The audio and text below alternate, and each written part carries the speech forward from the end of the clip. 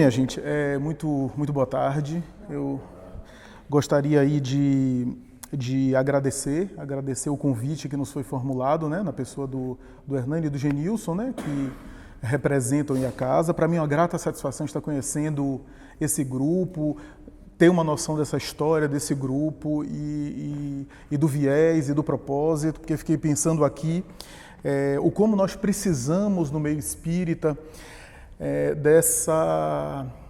desse perfil de recolher os conteúdos doutrinários e direcioná-los para a experiência espírita, né? Não obstante o aspecto moral e o aspecto do evangelho ser, digamos assim, o coração da doutrina espírita, mas também as atitudes extremadas de excluir, em nome da moral espírita, a prática mediúnica, não me parece ser de bom tom. Allan Kardec defendeu o tempo todo de que o espiritismo é uma doutrina que tem um aspecto experimental, um aspecto em que os próprios benfeitores espirituais nos renovam com as suas presenças, ainda que repisando temas que são temas das leis morais, temas que dizem respeito às leis de Deus e que reproduzem, confirmando de alguma forma os pilares básicos da ciência espírita. Então, para mim é uma grata satisfação, né? Oxalá que um grupo como esse se multiplique e a experiência mediúnica é uma experiência que exige paciência mesmo, paciência, disciplina, perseverança, pertinácia, né? O recolher conteúdos doutrinários de relevância não é uma tarefa simples, envolve uma gama de fatores inúmeros, alguns dos quais transcendem o nosso próprio controle, porque a mediunidade sempre é intercâmbio. Intercâmbio tem a ver com dois polos, no mínimo dois polos, né? O polo receptivo e o polo ativo. Tem uma parte aí do fenômeno mediúnico que não está em nosso controle, porque diz respeito às deliberações e à movimentação do mundo espiritual. E quando ocorre as informações específicas e o direcionamento para determinado conteúdo, seja de ciência, seja de filosofia, seja de religião, seja de alguma área específica ou especializada, necessita de uma gama de fatores para que isso dê certo, que a gente vai aqui examinar, né? O Hernani até me deu uma pista com a qual talvez eu siga aqui o raciocínio, né? Mas antes disso, fazer uma espécie de introdução. O espírito Humberto de Campos, por meio de Chico Xavier, em uma das suas obras famosas, ele narra, e eu vou contar aqui ao sabor da minha memória e da minha emoção, ele narra a trajetória de um candidato à tarefa no meio espírita, no movimento espírita, que aparece com o pseudônimo na sua mensagem. Esse candidato, segundo o próprio Humberto de Campos, vinha de experiências fracassadas e de certos equívocos na área da religião. Não é de nós totalmente desconhecido o conceito de que muitos espíritas de hoje já navegaram as águas da tradição religiosa ancestral em vários ramos da filosofia espiritualista, inclusive da tradição cristã.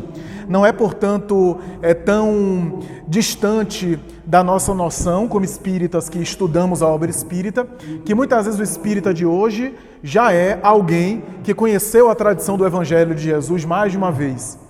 E ele, como a maioria dos espíritas que vem com determinada tarefa na militância da área doutrinária, e essa militância no movimento espírita não se restringe a um projeto reencarnatório específico.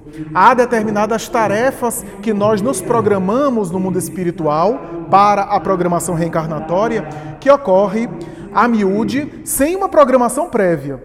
Algumas programações são feitas adredemente estabelecidas, anteriormente elaboradas, mas nem toda a programação acontece assim, dessa forma. Há tarefas que nós abraçamos aqui nesse mundo que não necessariamente foram programadas, porque dizem respeito ao nosso livre-arbítrio, à mudança de curso ou à mudança de foco que nós engendramos na existência planetária. Mas há algumas tarefas no planejamento reencarnatório que são escolhidas, que são alvitradas, que são selecionadas antes, né, que são elaboradas com um carinho específico.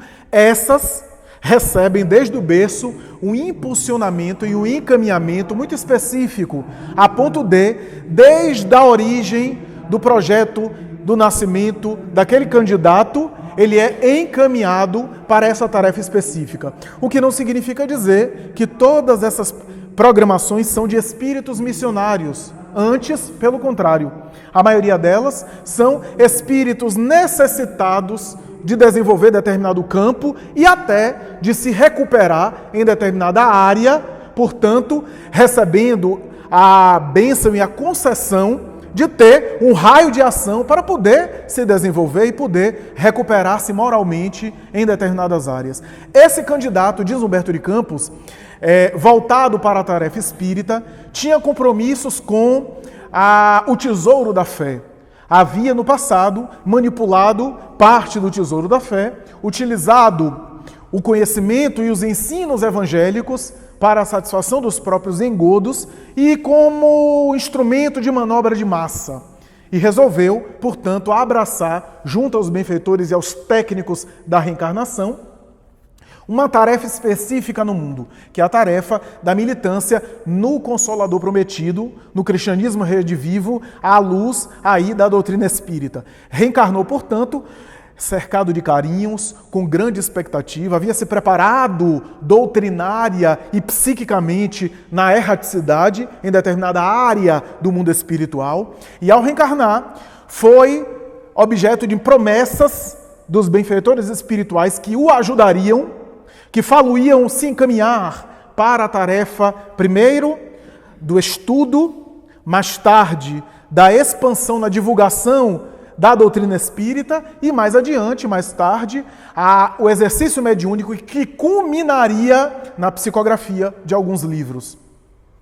Essa era mais ou menos o planejamento geral. Ele mergulhou na carne e desde cedo, num berço espírita inclusive, desde cedo começou a ser encaminhado. O menino tinha uma tendência, uma predileção, um pendor para a leitura de coisas edificantes, de conhecimento geral, de cultura sofisticada, sobretudo de cultura religiosa. Desde cedo se interessou por ler a tradição religiosa convencional, Bíblia, Alcorão, os livros do Oriente, né, a tradição da Idade Média, dos grandes santos medievais, e assim ele foi se desenvolvendo intelectual, se desenvolvendo filosoficamente para, na área espírita com a qual ele era encaminhado pelos pais, que eram militantes também do movimento espírita, se tornou desde cedo deslumbrado com o acervo de conhecimento espírita, porque vamos combinar, o espiritismo tem um acervo de cultura, de conhecimento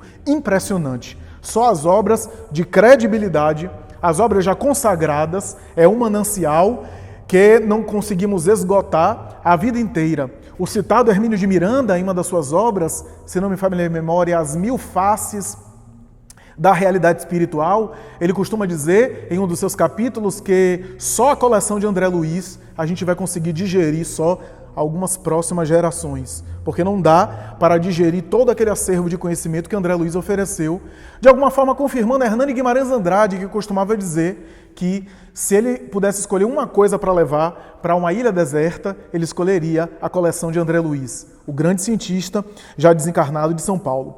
E esse candidato foi reunindo conhecimento, foi reunindo bagagem, se deslumbrou com a doutrina espírita, começou a trabalhar na tarefa social do centro, na atividade social, de assistência, de visitas, né, de dedicação ao próximo. Assim ele foi desenvolvendo a sua musculatura espiritual através do exercício do altruísmo, né? Mais tarde as reflexões, a interiorização, o estudo mais aprofundado, depois dos grupos de estudo, o estudo mais aprofundado, estudos também como esse, estudos mais específicos, mais profundos, com recorte maior para aprofundar mais, e mais adiante a experiência mediúnica.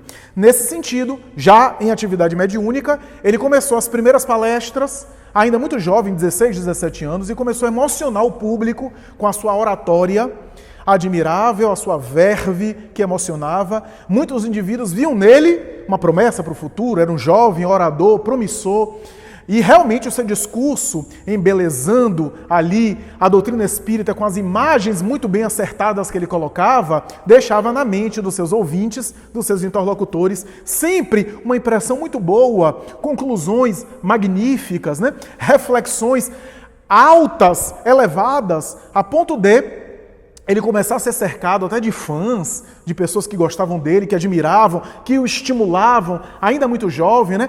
Quando ele assomava à tribuna, era inspirado pelos benfeitores espirituais que se acercavam dele, o pensamento fluía, e Humberto de Campos, com a sua forma de escrever, vai dizer: a sua boca era como se fosse cascata de água viva, na tradição do Evangelho, que jorrava abundante de inspiração.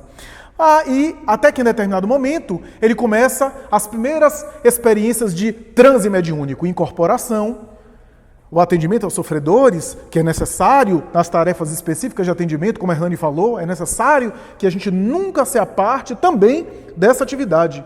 Chico Xavier, quando completou 70 anos de mediunidade, já de cadeira de rodas, o desejo dele era ser levado ao grupo espírita da prece para entrar em transe e receber espíritos sofredores, inclusive. Claro que no final, às vezes vinha Emmanuel, ele se comunicava e dava uma mensagem, etc. O projeto Filomeno de Miranda, da Mansão do Caminho, costuma dizer, e eles dizem isso, né? Já ouvi inclusive de José Ferraz, nosso confrade irmão, dizer que os espíritos mais grosseiros e endurecidos se manifestavam por meio de Divaldo, porque era o médium mais capaz de dar conta deles. Porque às vezes há uma noção de que quanto mais o médium evoluído, só recebe guia. Médium que só está recebendo guia precisa ser guiado. Porque a tarefa da mediunidade é cima e baixo. É ser enfermeiro, como diz Filomeno de Miranda, enfermeiro da espiritualidade, ajudar, não ser médico, porque médico é Jesus. Não curar, mas cuidar. E também, é claro, sintonizar com o alto e ser instrumento também do bem, né? Uma coisa não exclui a outra. E ele começou nos atendimentos espirituais, nos transes de incorporação. Começou nas primeiras psicografias ainda incipiente, quando Humberto de Campos diz: houve uma reunião no submundo do astral inferior. Espíritos, como é conhecido, é comum, não estou falando, estou chovendo no molhado aqui, espíritos dedicados aí a atrapalhar o progresso, da mesma forma que existem seres humanos aqui na Terra que implicam com qualquer coisa positiva e que combatem o bem. Há também espíritos desencarnados que fazem a mesma coisa. Aqui é uma cópia de lá. E esses espíritos se reuniram para tentá-lo. E aí começaram as investidas, problemas familiares, incompreensão na família, discussão, bate-boca, tentando desqualificá-lo como espírita, tentando colocar ele em polêmicas. E ele conseguia atuar com paciência, com compreensão, saía do terreno das discórdias e das confusões, dava exemplo, inclusive, a ponto de contaminar o meio com a sua autoridade moral. Mais tarde no trabalho, começou as perseguições pessoais, uma pessoa ou outra do trabalho que começava a ter encrenca com ele, antipatizar gratuitamente, e ele começou a sofrer também essas situações. Mas conseguiu contornar e levava adiante, sempre com seu exemplo, né? Na grei espírita, no meio espírita também, começou as antipatias, os despeitos que acontecem, né? As animosidades pessoais, e assim ele foi adiante. Daqui a pouco, problemas de saúde. Sim, os espíritos interferem muito mais do que a gente imagina em nossas vidas de ordinário, que muitas vezes são eles que nos dirigem, questão 459 de O Livro dos Espíritos. Então, ele começou a ser vítima de determinadas enfermidades, que Joana de Ângeles, na obra Libertação pelo Amor, chama de enfermidades simulacros, e que Chico Xavier costumava dizer que eram doenças fantasmas. O próprio Chico dizia que muitas vezes ia ao médico com doenças fantasmas, que eram sensações físicas, mas não tinha nada físico. Submetia às avaliações orgânicas, que eram, às vezes, produções de desencarnados infelizes, que despejavam nele aquelas situações e ele ficava naquela situação embaraçosa, né? Faz parte do tipo de prova, de provação do médium, sentindo-se como se tivesse uma doença física, vários diagnósticos, e não tinha nada de orgânico. Ele ia, porque como espírita de bom senso, ele ia aos médicos, fazia os exames e constatava mais tarde que eram enfermidades simulacros, na expressão de Joana de Ângeles. Começou a sofrer isso, mas com a prece, porque a prece é esse alimento, né? Esse recarregar de baterias. A gente acha que a prece é apenas para pedir. Não, a prece é muito mais para se alimentar, é muito mais para se recarregar. Da mesma forma que a gente recarrega o celular, da mesma forma que eu estou precisando de energia aqui, a gente também necessita dessa renovação que a prece oxigena. E ele subia ao planalto da prece e se oxigenava com aquele ar puro. E assim o tempo passa. O tempo passa e a gente vê mais tarde algumas calúnias, algumas difamações, maledicência aqui, maledicência lá, mas ele contornava, dificuldades financeiras, ele começou a ter dificuldades financeiras, natural, trabalhando, daqui a pouco os clientes que chegavam, às vezes eram vítimas de situações espirituais e afastavam-se. E ele passou pela prova. Mais tarde, facilidades financeiras, que também é uma prova, porque quando a gente tem muito dinheiro, normalmente a gente faz um monte de besteira, quase sempre. É muito raro o indivíduo que tem uma larga, um conforto e uma largueza material e consegue viver de maneira moderada, de maneira disciplinada, de maneira equilibrada. Quase sempre a gente se fascina, se deslumbra com a riqueza material e começa a cometer excessos, que esse que é o problema. Mas ele conseguiu superar aquilo, demonstrar ali a dedicação e assim por diante. Foi adiante, até que houve uma outra reunião e os espíritos ignorantes estavam muito incomodados com ele, porque ele estava com a sua palavra e com a sua atividade, exemplificando, sobretudo, começava a contaminar outras pessoas que começavam a se renovar e a sair das garras do vampirismo convencional, do assédio espiritual, das criaturas humanas que vivem uma vida mais mundana e que oferecem alimento a esses seres, porque os espíritos inferiores que ainda enxameiam a nossa psicosfera, assim o fazem porque nós damos alimentos para eles. No momento que a gente tiver uma renovação mental e moral, eles não terão mais esses fluidos dos vícios, dos excessos, das perturbações.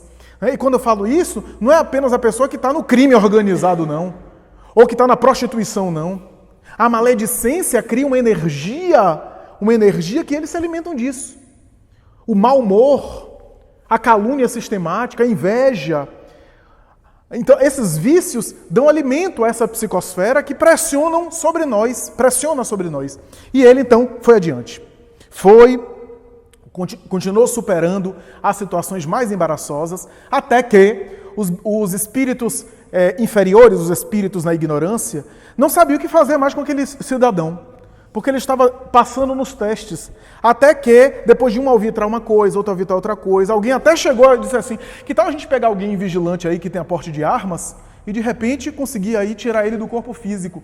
E ele disse, não, primeiro porque você sabe que os benfeitores, a gente tem um limite, não está assim não, a gente tenta, mas se não tiver de repente permitido, você sabe que os de luz às vezes atrapalham isso, e ainda assim, se ele sair da vida física assim, aí que ele vai contaminar muita gente, porque vai como um apóstolo, como Marte, e vai ser prejudicial para a gente. E aí começaram a conversar, porque são seres que pensam, são seres inteligentes, né? E aí um deles disse assim, eu sou especialista em uma área, deixe comigo, porque agora eu vou investir nele, vou estabelecer aqui uma espécie de conjunto de estratégias com vocês, porque eu quero perguntar a vocês, sabe o que vocês ainda não testaram? Vocês ainda não testaram, sabe o quê? Homenagens pessoais, festas, excessos, em nome da própria doutrina e do próprio evangelho, vamos colocar ele no centro de homenagens, a ponto de ele se distrair da tarefa e se perder. Começou um tempo novo para o sujeito. Um centro espírita inaugurado, ele era chamado para fazer a inauguração. E aí, festas em cima dele. E aí, um orfanato, uma creche. E aí ele estava sempre no meio. Fazia um discurso e daqui a pouco era os excessos de comida. Começou com os excessos de comida, os excessos de banquetes. E ele começou a CCD. Aí começou. Nesse grupo, só que não ficou aí. Aí começaram mais tarde as bombas alcoólicas. Licou aqui, licou acolá. Daqui a pouco o uísque. E ele começou a entrar nessa. Qualquer lugar que tinha alguma festa, ele tinha que ser chamado. Tinha que ser chamado e era sempre o centro das atenções. Com o tempo, isso foi abrindo espaço para piadas vulgares, para conversação inferior. E Humberto de Campos tem uma frase que me chamou a atenção como orador. Ele diz assim, em poucos anos, aquele sujeito era portador de conversação comum. Perdeu o verbo inspirado. Perdeu a palavra inspirada. Era portador de conversação comum. De conversação banal, mundana. Já não tinha um verbo inspirado. E com o tempo, foi se perdendo a tal ponto de ter problemas de saúde pelos excessos. Mais tarde, o mau humor, a indisposição. E Humberto de Campos diz que ele foi evoluindo de tal forma, evoluindo entre aspas, de tal forma nessa saga, que daqui a pouco ele estava com tantas questões, problemas psíquicos e problemas orgânicos, que ele não conseguia falar 10 minutos, porque se cansava. E Humberto de Campos vai dizer, antes de desencarnar, 15 anos antes daquilo que foi programado para ele, eu o visitei em sua casa. Estava já enfermo, em cima de uma cama, sem poder levantar, batendo boca para se acabar com a esposa, o tempo todo discutindo por coisa nenhuma, de mau humor, e eu lamentei aquela grande tarefa que ele possuía e que foi se perdendo ao longo dos tempos. Por que eu lembrei dessa história? Porque como o nosso tema é o médium ante as turbulências do mundo contemporâneo, essa história ilustra muito bem o que acontece hoje no mundo contemporâneo. O mundo contemporâneo é o símbolo dessa história. Por quê? Porque no passado, por preconceito, por tabu, por medo do diabo ou de Deus, por aquela ideia religiosa da punição, muita coisa não se era permitido e não se fazia. Hoje não temos isso. Hoje temos inúmeras possibilidades na nossa mão. O mundo contemporâneo hoje nos dá de tudo no espectro, para cima e para baixo. De tudo no sentido edificante e de tudo no sentido degradante. A gente tem qualquer coisa para todo freguês hoje. A gente tem imensas possibilidades que no passado não podia, ou não era permitido, ou não devia, ou era reprimido por conta dos tabus. Hoje não. Hoje a gente tem acesso. Hoje o que a gente tem dificuldade é lidar com tanta coisa à disposição, com tanta coisa disponível. Hoje o que a gente tem é o convite à moderação. Hoje o que a gente tem é o desafio de saber escolher. Porque a gente não tem falta de opção, a gente tem muitas opções. O difícil é escolher uma coisa, o que significa dizer não a outras coisas. E dizer não a si mesmo, dizer não a outras coisas é difícil, porque no fundo a gente quer abraçar tudo. E a gente quer abarcar tudo. Esse é o exemplo do mundo contemporâneo, chamado também de pós-modernidade, pelos autores que estudam a temática. Lyotard, o famoso pensador e filósofo antropólogo francês, costumava dizer que esse mundo contemporâneo, ele desencarnou na década de 90, esse mundo contemporâneo é feito pela quebra das grandes narrativas. O que é que isso significa, as grandes narrativas? As grandes narrativas são aqueles valores absolutos que a tradição familiar contava, que a tradição religiosa contava, e aquilo era absoluto, era inquestionável. Houve uma quebra disso, houve uma quebra uma ruptura desse paradigma. Um exemplo de um grande valor absoluto é a Bíblia. A tradição religiosa estabelecia a Bíblia como sendo aquela mentalidade que explicava o mundo. E durante séculos, a Bíblia foi a ferramenta para ver e para entender o mundo. Teve outro também, iluminismo, teve empirismo, marxismo, socialismo, idealismo social, né? Então a gente teve vários pensamentos, mas sobretudo o pensamento religioso, romantismo, né, que também tinha, que era uma forma de entender a vida. Houve a quebra dessas grandes narrativas, diz Lyotard. E essa quebra das grandes narrativas também quebrou algumas coisas. A ruptura da chamada psicologia das massas. O que é a psicologia das massas? Quem não se lembra de alguns anos, algumas décadas, que, por exemplo, movimentos sociais protestando contra algum governo, alguma estrutura de poder, algum governo totalitário, alguma instituição totalitária, absoluta, né? As ditaduras do século XX, seja de direita ou de esquerda, viu? Não estou entrando na polêmica aqui, porque hoje para falar disso é até polêmico, né? Estou entrando em nenhum tipo, seja ditadura de civil, de militar, não estou entrando no mérito aqui. Ou então, aquela massa que se reunia em torno de algum astro, né? Quem não se lembra, por exemplo, dos Beatles, ou dos grandes ícones da música do rock and roll, né? Que o mundo inteiro se reunia em torno de. Então, essa psicologia de massa, onde o mundo inteiro aderia, já não existe mais. Já não há mais isso. Você para examinar, por exemplo, inclusive nas redes sociais, na internet, você vê que existem nichos. Ainda que existam celebridades, existem aqueles que seguem e apoiam aquela celebridade e outros não, que seguem outros. Não há mais essa homogeneidade. Por quê? Porque os pensadores da pós-modernidade dizem que acabou com os valores absolutos, os valores absolutos. Eu não estou entrando ainda na questão espírita, tá? Estou falando no sentido geral, aí, social. Os valores absolutos estabelecidos, a ideia da psicologia das massas, o fim das autoridades verticais, sabe aquela autoridade que era e pronto e acabou? Seja a autoridade familiar, mãe, pai, avó, que dizia estava certo, porque era sinônimo de sabedoria, seja as autoridades do saber, um doutor, um professor, uma pessoa que tinha o saber, a ciência e que era respeitado. Não existe mais isso hoje. Não estou dizendo que é ruim ou é bom, estou dizendo apenas que alterou. Tem vantagens e desvantagens. Né? Uma vantagem aqui que eu posso dizer é o seguinte: acabou o monopólio do conhecimento. Não, alguém que sabe muito, a gente tem que ouvir calado, não pode dizer nada, porque ele é o doutor, ele é que sabe. E às vezes tem alguém ali que está produzindo conhecimento, e hoje a gente é fácil, né? Alguém estuda e publica uma coisa, e que no passado não tinha como. Ou a pessoa tinha dinheiro, ou a pessoa tinha influência para publicar um livro, por exemplo. Hoje é fácil, você publica na internet, gratuitamente às vezes. Né? Então, e essa democratização do conhecimento é característica da pós-modernidade e foi boa.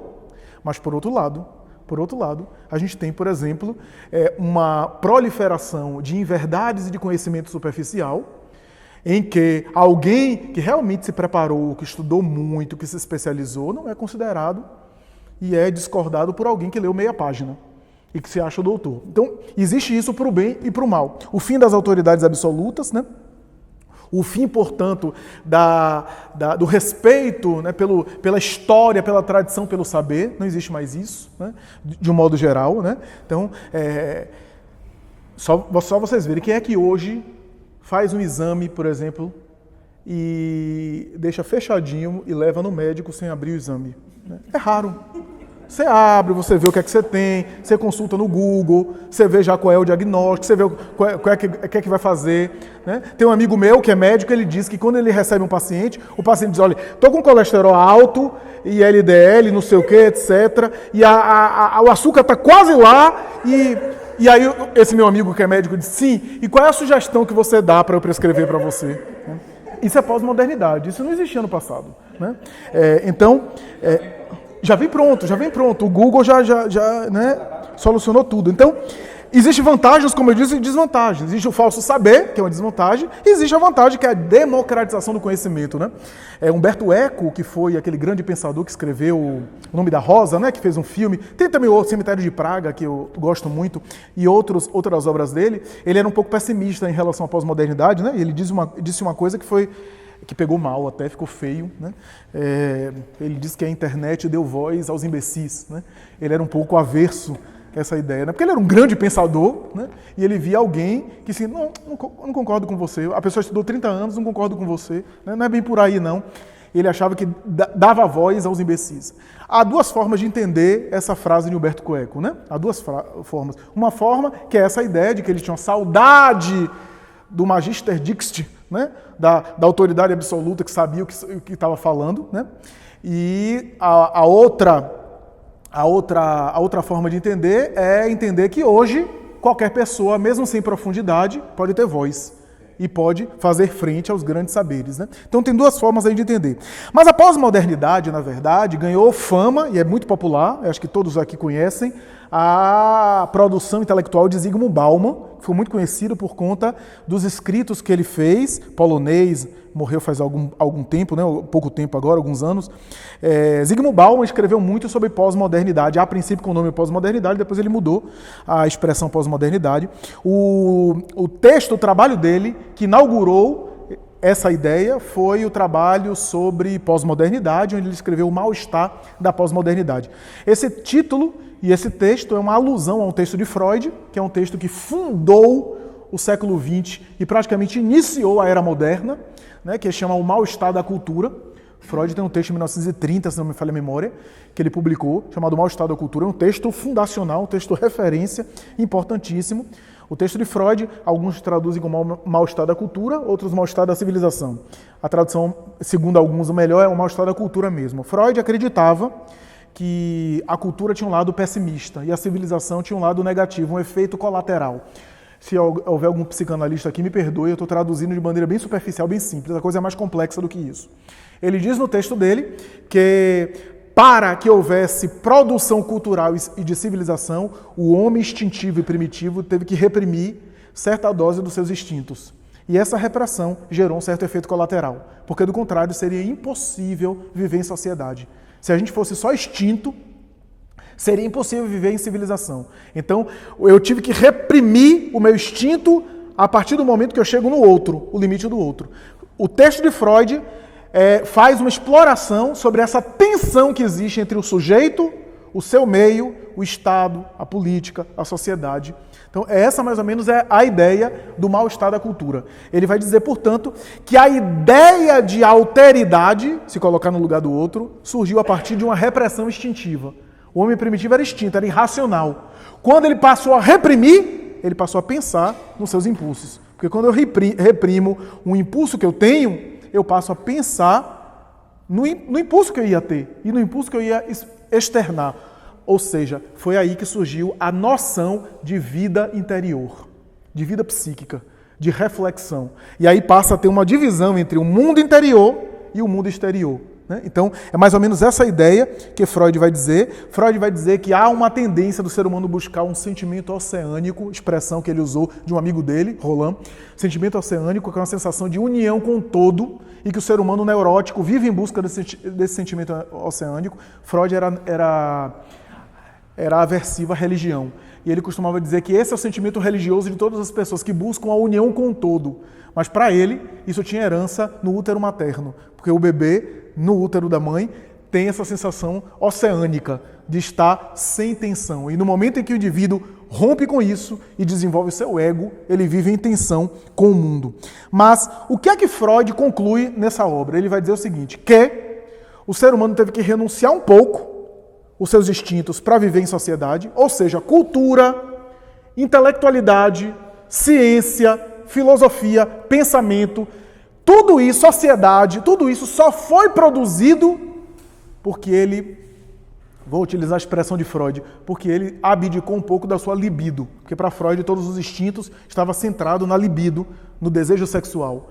Então, é mais ou menos essa ideia que ele elaborou. E qual é esse mal-estar? Esse mal-estar é o seguinte, é que o corpo vai enchendo. Essa repressão fica no ser humano, ele tinha uma visão pessimista, vai enchendo e de vez em quando vem à tona. Vem à tona como? Ou através de um hedonismo e um erotismo exacerbado, e quando eu falo erotismo aqui, não apenas sexual, erotismo no sentido de buscar prazer de qualquer espécie, ou então através da violência e da guerra. Freud tinha uma visão pessimista da sociedade, achava que guerra e violência era inevitável, porque de vez em quando o copo enche mesmo, e ao encher, ou o indivíduo se entrega à vulgaridade, ou o indivíduo joga para fora através da guerra, da violência. Essa é a leitura que, por exemplo, alguns psicanalistas fazem do carnaval. O indivíduo ficou reprimido o ano inteiro e no carnaval extravasa. Essa é a ideia, né, freudiana que se tem. Que tem uma certa razão, eu não vou dar toda a razão a Freud, porque Freud era materialista, mas tem uma certa razão. Bauman pega esse texto de Freud e faz uma releitura do texto de Freud, dizendo que Freud abriu as portas do século XX, abriu as portas, inclusive, da pós-modernidade, mas não entrou nela, não entrou na porta, apenas abriu, e vai dizer, Bauman, que além disso tudo, o que ele colocava como central não era a libido, mas era o consumo. Que Freud estava coberto de razão, mas o eixo central não está no desejo sexual, no instinto, mas de consumir. E isso é o mal-estar da pós-modernidade. Eu preciso consumir. E quem não consome está em mal-estar. E o meu consumo sempre tem um limite, porque eu não posso consumir tudo, não posso comprar tudo. E esse limite, por mais que eu comprei, ainda assim me dá um mal-estar de querer comprar mais, de querer consumir mais. E quem não está consumindo tanto, se sente à margem da sociedade. Estruturas sociais, shopping centers, né? Ele até faz uma alusão dizendo que no passado era a igreja, hoje é shopping center, né? Que houve uma mudança estrutural, né? e de viés. E vai dizer Zygmunt Bauman que a pós-modernidade, ele era um crítico do capitalismo, ele tinha uma tradição do socialismo, depois ele se decepcionou com o socialismo, quando viu a União Soviética e as ditaduras comunistas, rompeu com o socialismo mais tarde, continuou crítico do capitalismo e o crítico do socialismo que ele viu.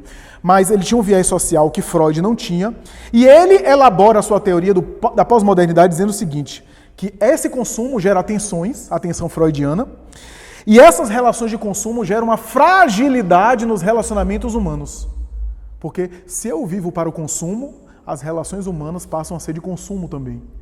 E os vínculos passam a ser também de objeto, né, de consumir. Daí os vínculos frágeis, os vínculos que não suportam qualquer coisa, que rompem de amizade, vínculos amorosos e vínculos sociais, né, onde nós somos muito fracos e intolerantes para qualquer coisa, para qualquer desconforto. E aí, Zygmunt Bauman dá um salto dizendo o seguinte, que essa característica toda gerou a ideia de que, para eu consumir, Para eu sempre consumir, eu preciso ter uma certa visibilidade. Ter um certo... ser visto para consumir ou ser consumido. Essa era a ideia. O que é que Zygmunt Bauman está dizendo? Está dizendo que a pós-modernidade está associada ao surgimento das tecnologias digitais. Que no momento em que você viaja e fica mais preocupado em editar a foto do Photoshop do que de viver a viagem, você está na pós-modernidade. Eu não estou nem dizendo que é negativo nem é positivo, é apenas uma característica diferente. Diz Zygmunt Bauman que a pós-modernidade é caracterizada por essa era do selfie. Essa era onde eu tenho 5 mil amigos no Facebook. E aí ele costumava dizer, eu tenho 90 anos e só tenho 3 amigos. E meus alunos têm 18 anos e têm 5 mil amigos. É óbvio que o que ele chama de amigo não é a mesma coisa que eu chamo de amigo. São coisas diferentes, são definições diferentes. Porque o vínculo... Então, ele vai dizer... Aqui eu uso uma metáfora de George Forbes, o psicanalista lacaniano do Brasil. Ele costuma dizer o seguinte, quer entender de maneira bem simples a pós-modernidade? Escute o que eu vou dizer. Uma festa de casamento. A festa de casamento, você tem, por exemplo, os homens e as mulheres, né? E os vestidos, os trajes. Olhe para uma festa de casamento e veja como os homens se vestem. Tudo igual. Tudo igual. No máximo, muda a gravata. A camisa... O blazer, né? Se é de noite, o blazer, o paletó deve ser escuro, azul marinho ou preto. Camisa quase sempre branca, com a camisa clarinha por dentro, na maioria das vezes, com algumas exceções. E a gravata, que quase sempre é uma combinação de uma cor de outra, ou faz um contraste. Alguns que estão um pouco assim desajustados psiquiatricamente usam da turma da Mônica, aquelas gravatas, né, do tio Patinhas, enfim. Mas, tirando isso... Né? Aquela coisa sóbria e quase sempre você vê sapato igual, né? Aquela coisa igual. Agora, as mulheres, pergunte às mulheres se elas querem ir igual umas com as outras, com o mesmo vestido, numa festa de casamento. É matar. Bom, então você vai entender agora o que é pós-modernidade. Nessa metáfora da festa de casamento, os homens são modernos. As mulheres são pós-modernas. Esse é o símbolo da pós-modernidade, ou seja, é o customizado, é o personalizado, é o meu, não é bem o coletivo, né?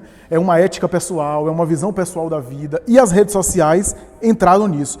Bom, para entrar agora no tema mediunidade e na prática espírita, e na prática mediúnica espírita, porque alguém pode estar pensando, vixe, ele fugiu do tema, desviou tudo, não está entendendo nada. É porque a pós-modernidade e o mundo atual trouxe algumas experiências que se conectam com o desafio do médium e de quem estuda a mediunidade hoje. Nunca houve tanta comunicação como houve, e nunca houve tanta solidão como hoje. Essa é uma característica básica da pós-modernidade. A pós-modernidade deveria fazer o indivíduo focar mais nele, no sentido do autoconhecimento, no sentido de ele se conhecer mais. Porque quando ele se mistura na psicologia de massa, ele se perde. Querem ver uma coisa? Vocês lembram daquelas notícias de 3 jovens em Brasília que se reuniram e tocaram fogo no índio? Mataram a prostituta porque acharam que era... Mataram uma jovem porque acharam que era prostituta. Quer dizer, prostituta podia matar. O que é isso? Brigas de torcida de futebol onde o outro dá chute na cabeça do outro até esmagar o crânio. Joga coquetel molotov no outro. O que é isso? Psicologia de massa. Por quê? Porque quase sempre, na psicologia de massa, a gente adere àquele lado mais inferior nosso. A gente faz coisas na psicologia de massa que a gente não teria coragem de fazer sozinhos. Essa é a ideia. A psicologia de massa, claro, teve movimentos fantásticos, de ideal, de protesto, de ética, mas teve também o nazismo, porque o nazismo só ocorreu porque o discurso de Hitler catalisou a juventude alemã da época. E assim por diante. Então nós temos a ideia da pós-modernidade deveria focar no indivíduo, ajudá-lo a se conhecer, a estar mais consigo mesmo, só que, em vez de focar no sentido do autoconhecimento, focou no sentido do narcisismo. Eu posso agora abrir uma rede social e em vez de agora ser fã de uma celebridade, eu me torno uma celebridade. Eu crio uma própria narrativa minha do mundo. E tenho seguidores, e tenho gente que apoia. Então gerou um narcisismo a ponto de... Os youtubers. A ponto de Ken Wilber dizer que essa geração é a geração mais narcisista. Né? Então esse é um paradoxo, porque, por exemplo, as redes sociais é o lugar onde mais bomba na internet. Qual é a leitura que algum pesquisador faz com isso? Pô, as pessoas querem se relacionar, mas nunca houve tanta solidão. Olha que paradoxo. Olha que coisa. Porque talvez a gente não queira se relacionar, a gente queira publicar e ser visto. A gente queira escrever e alguém lê, mas a gente não quer ler ninguém. Não é nem a gente se comparar com o outro e dizer, não, minha publicação é melhor. Porque quando a gente se compara e se acha melhor do que o outro, é porque a gente se comparou e viu o outro. Eu acho que a gente nem enxerga o outro. Porque no narcisismo a gente nem olha para o outro. E isso é uma característica da pós-modernidade. O espectro é grande. Você tem hoje coisas que não tinha no passado. Você hoje pode, num aplicativo de celular, você pode pedir tudo que chegue em casa. Existem ecossistemas e fóruns da internet que você pede cocaína e chega em casa. Como chegaria uma pizza. Você tem grupo de WhatsApp de tráfico de droga. Você tem grupo de pornografia, por exemplo, infantil, pedofilia. Você tem isso. E tem tanta coisa edificante também.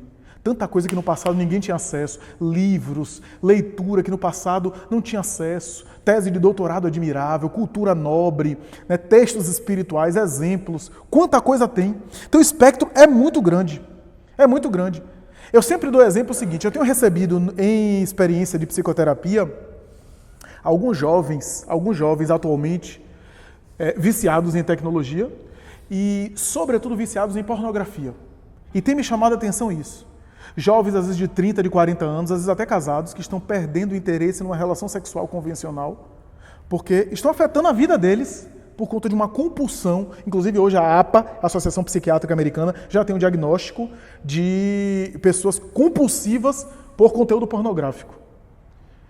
Pessoas que estão perdendo interesse em relações. Um deles me falou recentemente, é porque a gente acaba acessando esses sites e como o conteúdo me disponibiliza facilmente, com o mínimo de esforço, e o cérebro é preguiçoso, com o mínimo de esforço de eu ter ali o que eu quiser em termos de fantasia erótica, inclusive de biótipo físico, então aquilo se torna mais excitante porque eu sou bombardeado daquelas imagens e aquelas informações, aqueles estímulos. Olha que coisa. Aí a pergunta que eu faço, é porque agora surgiu um monte de gente com esses problemas e no passado não tinha? Não. É porque agora os espíritos que agora são mais problemáticos? Não. É porque no passado não tinha acesso. O passado, o que era conteúdo pornográfico? Como é que tinha acesso? As revistas de mulher nua que se comprava nas bancas? Né? Hoje isso daí é coisa de criança, para o que tem na internet. Hoje isso é coisa de criança, se a gente for o que tem de conteúdo de internet. Mas qual é o mérito? O mérito é você ter isso daqui na palma das mãos, você ter um poder, você ter possibilidades, e você não fazer, não é porque você não pode, porque você não tem dinheiro, porque você não tem acesso. Você fazer por escolha. O mérito maior é você ter tentações disponíveis a você e você conseguir superá-las. Eu estou usando esse exemplo, mas de qualquer área. Você pode hoje detonar alguém, você cria um pseudônimo na internet e começa a falar mal da pessoa. Até descobrir que é uma farsa, já caluniou o outro. Hoje a coisa mais fácil é caluniar alguém. Hoje você pode fazer uma montagem de conversa no WhatsApp, que a pessoa conversou isso com você, e você publica. E às vezes destrói a reputação de alguém, inclusive no meio espírita. A gente tem visto isso lá em Salvador. Pessoas tentando destruir a reputação um dos outros. Facilmente. Então, a possibilidade é essa. E isso tem a ver com mediunidade, minha gente. Por quê? Porque a mediunidade é conexão. Da mesma forma que eu conecto aqui, e eu compartilho coisas, mediunidade é eu me conectar, e eu compartilhar e receber. Joana de Anjos diz, o médium é uma antena transceptora. Ela envia e ela assimila mensagens. E isso tem a ver com mediunidade, porque mediunidade tem a ver com foco. O que a gente vê hoje na pós-modernidade é um bombardeio de informações. É um bombardeio de informações. A gente recebe e é bombardeado por todo tipo de informação, de conteúdo. O que é um paradoxo, porque a gente tem um acesso ao conhecimento fantástico. Eu sou um entusiasta da tecnologia. Porque eu acho que tem muita coisa aqui boa que a gente pode usar, a gente pode explorar. Mas, por incrível que pareça, pouco conteúdo nesse sentido. Pouca leitura positiva, profunda. Né? Apesar de a gente ter poder nas mãos. Só que a gente não sabe usar. Então, mediunidade tem a ver com foco. Tem a ver com o que é que eu conecto. né? A gente usava sempre no passado o símbolo do rádio, né? A estação de rádio. Está ultrapassado isso, né? Hoje a gente tem o Wi-Fi. A gente tem o Wi-Fi, tem outros exemplos, né? Da conexão. Né? E mediunidade tem a ver com isso, com conexão. Por quê? Porque da mesma forma, olha como é o símbolo da pós-modernidade, tem a ver com o médium ostensivo. Eu estou falando do médium ostensivo. Da mesma forma que hoje é impossível não ser bombardeado de informações, o médium ostensivo sabe o que é isso. É como se a espiritualidade quisesse dizer o seguinte: essas ferramentas todas é mensagem de Deus. O homem não está conseguindo aproveitar, mas é mensagem de Deus. Por quê? Porque com essa desconstrução do material, vocês lembram do disquete? 1,44 megabytes, não guardava nada. CD, pendrive, agora armazenamento na nuvem. Veja como está desmaterializando as coisas. Como as coisas estão sendo desmaterializadas. Hoje você manda uma mensagem no WhatsApp, alguém na China recebe imediatamente, instantaneamente. O que é isso? Os espíritos estão fomentando esse progresso também tecnológico para ir habituando a gente com a linguagem psíquica. Porque em mundos avançados a gente se comunica pelo pensamento. Dispensa a palavra articulada, a verbalização. Então essas coisas de se comunicar via áudio, de escrever instantaneamente de jogar um emotion, e um emotion traduz um monte de coisa, traduz um monte de palavra, a gente está se adaptando a uma linguagem que é psíquica, que é do pensamento.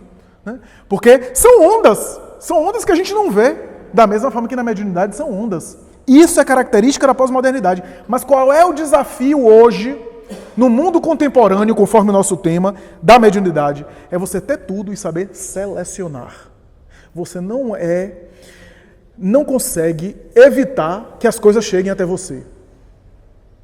E isso é o símbolo do médium. O médium não consegue evitar tudo. O médium está aqui e às vezes sente mal-estar. É natural. Da mesma forma que se tiver um caminhão do lixo passando e eu estiver lá, o caminhão do lixo passar, eu vou sentir o mau cheiro. Mas cabe a mim selecionar o que eu vou cultivar.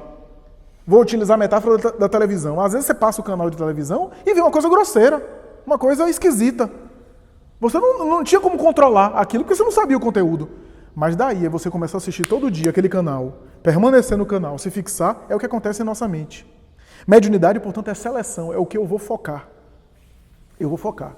Porque você pode ter, como diz Haroldo Dutra Dias, você pode ter uma banda larga fantástica, fibra ótica, 300 mega, mas você só compartilhar besteira. Ou seja, você pode ter uma mediunidade ostensiva, maravilhosa, psicografada, da cambalhota, ter visão psíquica à distância, escrever com 2 mãos ao mesmo tempo, ter uma mediunidade formidável e só emitir mensagens banais.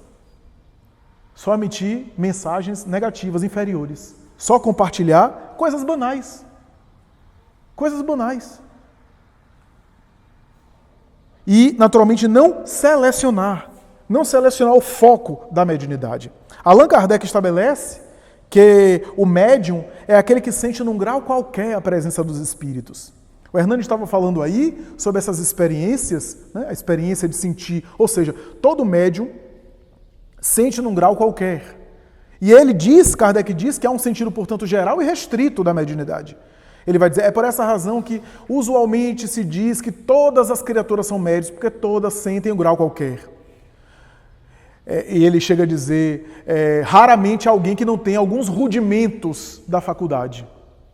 No entanto, acrescenta Allan Kardec, normalmente utilizamos a expressão médium para aqueles em quem a faculdade está bem caracterizada, bem expressa. Ou seja, quando a gente fala fulano é médium, a gente está falando é médium ostensivo. Porque médium todos nós somos, em qualquer grau. É médium ostensivo. O indivíduo é médium, nesse sentido médium ostensivo. Por quê? Porque nem todo médium, já que todos nós somos médiums, nem todo médium precisa participar de sessão mediúnica. Se eu sou um médium que tem uma intuição, eu vou fazer a palestra. Porque a palestra não precisa que eu incorpore necessariamente. Tem médium que entra em transe, né? Mas não necessariamente é a mediunidade intuitiva. Qual é o médium que participa das sessões mediúnicas? É aquele que tem bem caracterizada, ou seja, que visualiza, que entra em transe, que psicografa, que sente presenças bem caracterizadas, que sente fenômenos premonitórios, né, que emancipa da alma. A emancipação é um fenômeno anímico, mas que tem desdobramento mediúnico quando eu emancipo, como fazia Ivone Pereira, e travo contato com o mundo espiritual e sirvo de ponte. Então tudo isso São experiências mediúnicas que estão ali colocadas e que estão examinadas, inclusive, no Livro dos Médiuns. Ou seja, a mediunidade tem essa característica, a característica de o indivíduo filtrar, coar e recolher. Quantos de nós, especialmente, vou falar para os médiuns aqui ostensivos, especialmente quando começa a mediunidade, quanta coisa desagradável, quanto mal-estar que é difícil até de explicar. Se você for explicar tudo aquilo que você sente, você vai receber eletrochoque e internamento. Porque é tanto mal-estar, você chega perto de alguém, começa a sentir mal-estar. Daqui a pouco você chega perto de outra pessoa, já sente outra coisa diferente. Varia, uma euforia, uma alegria muito grande. Daqui a pouco, sem motivo nenhum aparente, alguns minutos, daqui a pouco um aperto no peito. Uma sensação de algo terrível vai acontecer. Uma sensação de querer lascar as costas, querer arrancar uma coisa aqui que parece que grudou aqui. Esse mal-estar que envolve os médiuns. Os médiuns sabem o que eu estou falando. Essas características, esses sintomas de mediunidade, né, que a gente experimenta muito. Eu contei aqui num seminário anterior que no livro Diretrizes de Segurança, eu estou tentando aprofundar porque eu estou diante de estudiosos, né? Eu nem sei se eu estou chovendo no molhado, mas Diretrizes de Segurança tem um texto que Divaldo falava que ele disse que no início da mediunidade dele, ele ia no enterro e ficava mais infeliz do que a viúva. Ia no casamento e ficava mais feliz do que a noiva. Então, a depender do ambiente, ele assimilava o psiquismo, ele se contaminava. O médium é essa antena que se contamina facilmente. E se ele não se conhecer, ele não sabe o que é. O que é que ele sente? Quais são os seus sentimentos? Quais são as suas impressões? Quais são as suas características? Raul Teixeira dizia que às vezes chegava do trabalho, o corpo cansado, mas o psiquismo excitado, que ele deitava na cama e não conseguia dormir. E que às vezes ele tinha vontade de caminhar, de fazer Cooper, para exaurir e conseguir adormecer. Porque o psiquismo excitado e não conseguiram conciliar o sono. Então, essas sensações, essas experiências, mesmo nesses médiuns, que são médiuns assim acima da média, né? Kardec vai dizer isso, né? Vai dizer, inclusive, ele diz no item 160 do capítulo 14, né? Do Livro dos Médiuns, inclusive, aqueles que produzem efeitos muito bons são mais raros ainda. Que aí a gente entra nas colocações que o Hernani estava fazendo. Que é importante eu dizer isso. Quando a gente vê, por exemplo, Valdo Vieira. O Dr. Valdo Vieira foi um dos maiores médiuns de poesia mediúnica. Diz Luciano dos Anjos que as melhores poesias mais bem elaboradas do que o Chico recebia, por intermédio de Augusto dos Anjos, por exemplo, Valdo Vieira recebia. Por quê? Porque não era um médium convencional. O que se fala hoje é que possivelmente Valdo Vieira teria sido um grande poeta do século XIX nos Estados Unidos, de língua inglesa. E ele volta com aquelas características, guardando no seu inconsciente, portanto, o domínio daquilo. E por isso psicografava com facilidade aqueles temas. Veja que não é fácil, não é simples assim. Chico Xavier era primário, era analfabeto, né, não conhecia nada nessa encarnação. Mas era espírito velho, antigo, que tinha na sua bagagem uma riqueza de experiências. E digo mais, os romances históricos de Emmanuel, todos eles, Chico só conseguiu psicografar porque tinha registros reencarnatórios. Em todos eles ele tinha. Por quê? Porque romance tem que ter uma certa movimentação, uma certa psicologia no romance, né? E o médium guarda naquelas encarnações a noção social, das classes sociais, políticas, a noção da organização social, de como era a cultura. Ivone Pereira, as obras que ela recebeu romanceadas, também eram obras onde ela estava encarnada. A gente sabe hoje. Né? Zilda Gama recebeu com fidelidade Vitor Hugo porque era filha do próprio Vitor Hugo. Aquela filha que morreu no acidente lá de canoa, que morreu afogada, que Vitor Hugo ficou sofrido e mais tarde se tornou espírita por isso. Volta e filtra o pai com tanta fidelidade. Ou seja, o que eu quero dizer é que tem essas características. Por isso que Kardec vai dizer, há médiuns que recolhem mais informações específicas de conhecimento científico, porque tem registros na sua bagagem espiritual. Camille Flammarion, que recebeu informações mediúnicas admiráveis do ponto de vista astronômico, porque já tinha essa bagagem. O Divaldo diz que, inclusive, ele tem registros anteriores, onde passou pela personalidade de Galileu Galilei. Divaldo defende a ideia de que aquele capítulo Uranografia Geral de A Gênese, assinado por Galileu Galilei, foi um fenômeno anímico mediúnico, em que Flammarion deu passagem à personalidade que ele foi um dia de Galileu Galilei, que foi ele mesmo, reencarnado. Olha só que nem sempre o animismo é prejudicial, é negativo. Veja que é um fenômeno... Ele foi médium dele mesmo. Né? Então, nós vemos que quando Kardec diz é uma certa predisposição orgânica, livro dos médiuns, o que é que Kardec está dizendo com isso? É uma certa predisposição orgânica que o médium ostensivo, a faculdade é do espírito. Porque todas as faculdades são espírito. Faculdade não é do corpo. Memória é do espírito, inteligência é do espírito, aptidão para desenhar, aptidão para escrever, literatura, né, para pintar. Tudo isso é a aptidão do espírito. Todas as habilidades são do espírito. Mediunidade também. Tem a ver com a história reencarnatória daquele espírito. Ou vocês acham que Chico Xavier foi médium só nessa última encarnação? Ali vem sendo ensaiado o seu psiquismo em séculos de experiência mediúnica para culminar naquela explosão de mediunidade. A faculdade é da alma. Só que precisa de um organismo para se expressar. Porque o indivíduo pode reencarnar, me permita a expressão, pode reencarnar frio do ponto de vista mediúnico.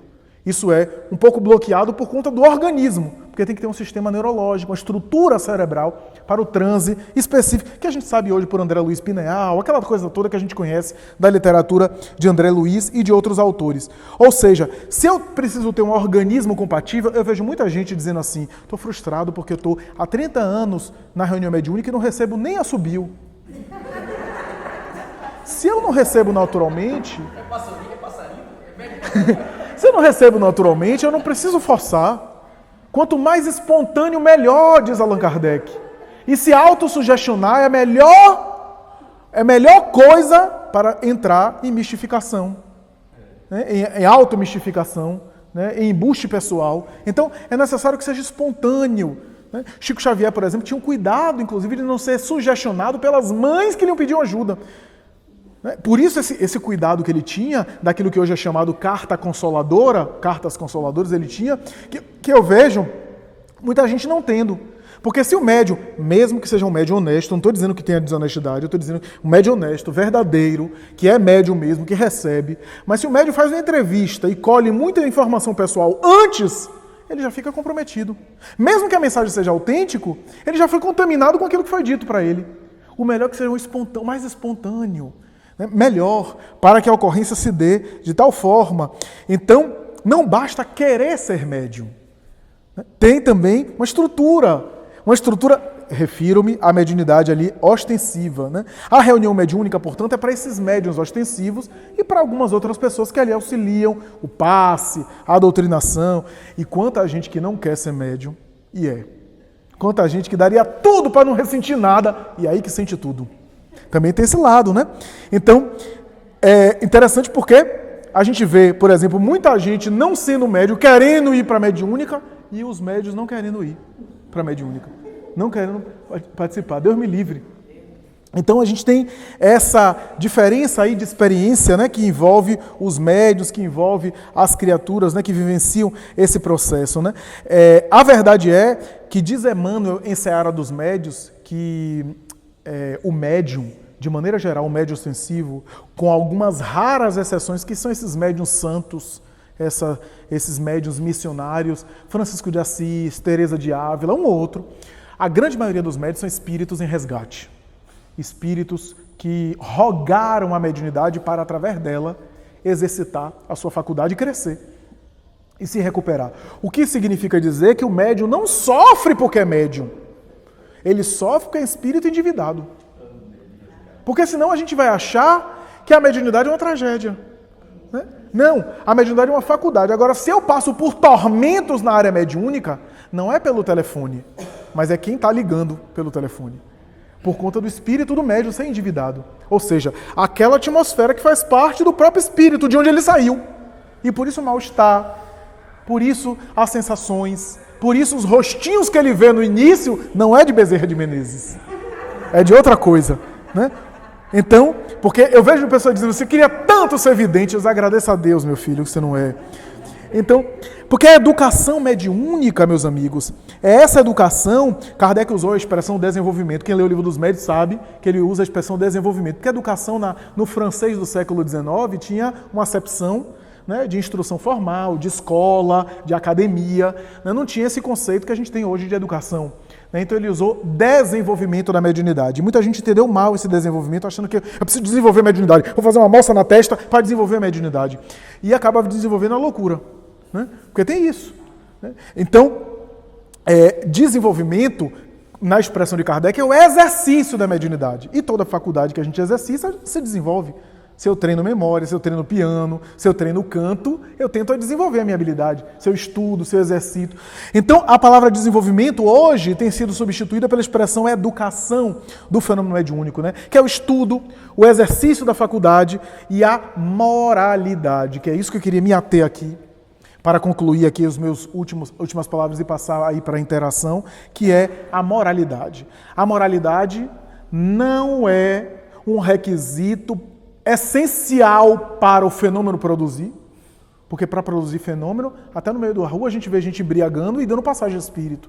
Quantas vezes a gente vê pessoas bêbadas conversando sozinha e às vezes estão conversando com o espírito mesmo. São médiuns alcoólatras. E de espíritos alcoólatras também. Né? Então, nem tudo é alucinação. Né? Mas, apesar de não ser requisito para a produção mediúnica, a moralidade é indispensável para a canalização. É o foco que eu falei. É aquilo que eu seleciono. Aquilo que eu seleciono no meu canal de televisão, na minha mente.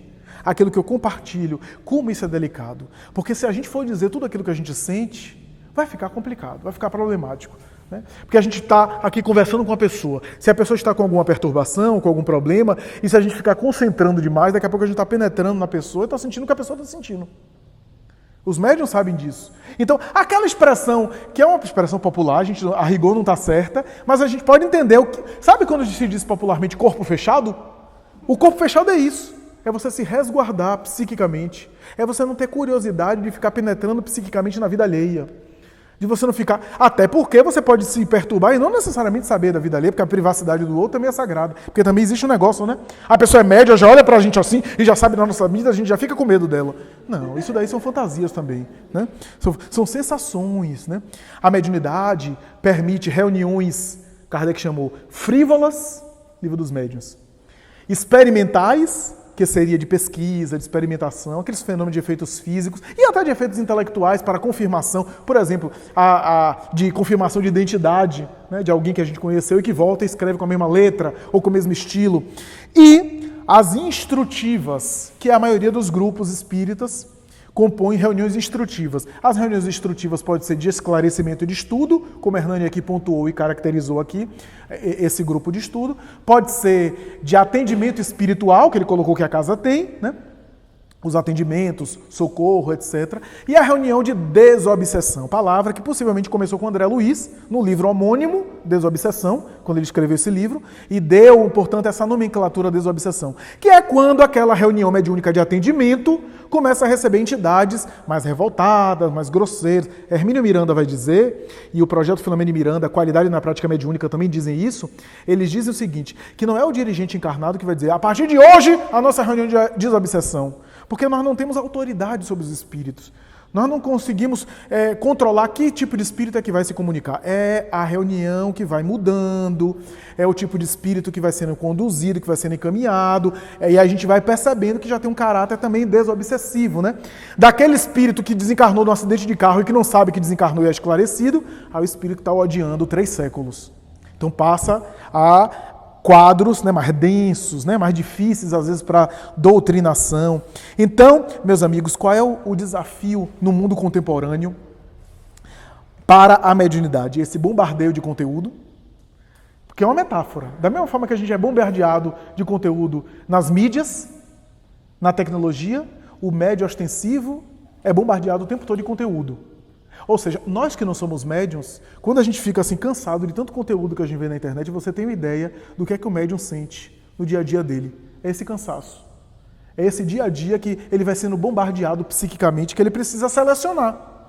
Ele precisa escolher o foco e insistir, que não vai ser de um momento para o outro. Não vai ser de um momento para o outro. Porque todos nós somos sensíveis. Todos nós somos sensíveis. Alberto Almeida, conhecido, né, do nosso movimento espírita, ele contou certa vez um caso de um amigo seu que estava começando a desenvolver a mediunidade. E aí começou, por conta do filho, a assistir negócio de vale tudo, de luta, MMA. Ele começou a ficar, mas ficou tão empolgado demais, que começou a fazer assinatura de canal, de MMA, e assistir recorrentemente. O que é que acontece? Aquilo começou a afetar a vida dele. Daqui a pouco ele estava sonhando que estava numa luta e dando soco, e pior, deu soco na mulher. enquanto estava dormindo. Né? Então acordou, né? E a mulher estava sendo socada por ele, quer dizer, por conta, veja o conteúdo psíquico afetado. E aí ele brincou dizendo, ela não sabe porque está, eu não sei porque eu estou batendo, mas ela sabe que está apanhando. Quer dizer, veja, que coisa, aquilo foi afetando. Aí Alberto Medo diz, veja só, vá selecionando. Eu não estou dizendo para você não assistir mais nada, para você agora ser radical, não poder assistir um filme que tenha violência, que tenha ação, não poder selecionar as coisas, mas tenha cuidado em se fixar. Né? Se você internalizar muito o hábito, aquele hábito vai fazer parte da sua vida. Daqui a pouco você está brigando no trânsito, daqui a pouco você está gerando uma tragédia. Né? Então, isso acontece nesse conteúdo, acontece em vários outros. Né? O conteúdo erótico, o conteúdo, né, de agitação, que aquilo afeta a gente e afeta também o fenômeno mediúnico. Né? Afeta a ponto do transe mediúnico ser afetado por nós. Porque nós o tempo todo estamos produzindo influência sobre o fenômeno mediúnico, para mais ou para menos. Se eu vou passar um recado, eu posso até melhorar o recado. Né? Pense aí no intérprete e no compositor. Tem música de Chico Buarque que fica mais bonita em Elis Regina. Ela é intérprete do compositor, ela embelezou a música. O médium pode embelezar a mensagem. Ou pode até alterar o conteúdo da mensagem. O espírito diz uma coisa e o médium diz outra. Porque o médium é aquele que passa um recado. Então, é uma questão muito delicada, porque tem a ver com bagagem do médium, ele se aprimorar o tempo todo, estudar, né? Porque ele vai dando mais, ele vai, como diz Hermínio em Diversidade do Carisma, ele vai possuindo mais material para oferecer às entidades, né? Oferece às entidades, mas também ele tem que, e aí que é o autocontrole, o autodomínio. Nós temos um médium em nossa sessão mediúnica, um médium sonambúlico, é o único médium sonambúlico que a gente já teve e continua ali dedicado. E o médium sonambúlico tem uma característica muito especial, que é essa intensidade na comunicação. Né? Ele acorda, desperta no final da reunião mediúnica e ele precisa ouvir as gravações, a gente também grava, ouvir as gravações e diz, peraí, se não fosse minha voz, eu nunca imaginaria que eu ia dizer um negócio desse. Ele precisa depois ouvir, porque ele não sabe de absolutamente nada.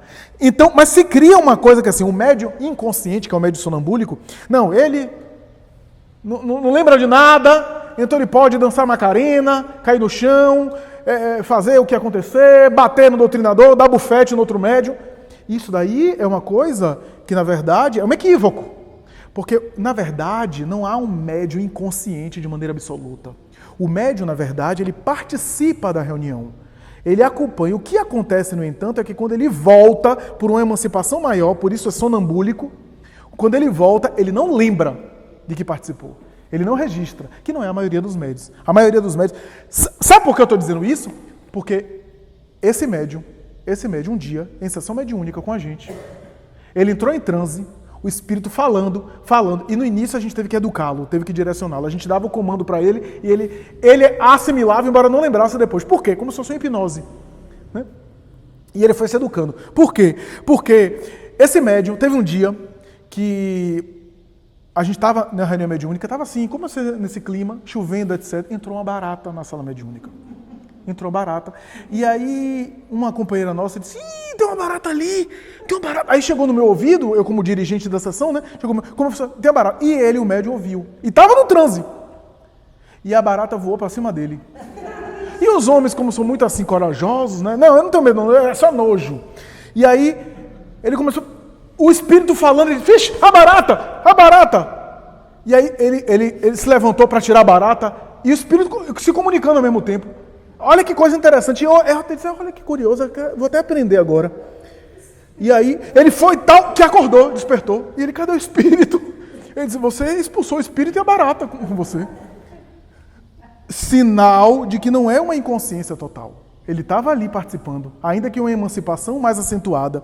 Então essa coisa do médium, dar murro na cara do doutrinador, cair no chão, porque recebeu o espírito em forma... Eu já participei de uma reunião mediúnica que a médium recebia o espírito em forma de cobra e caía no chão e saia rastejando. Ele dizia, quando você receber passarinho, vai fazer o quê?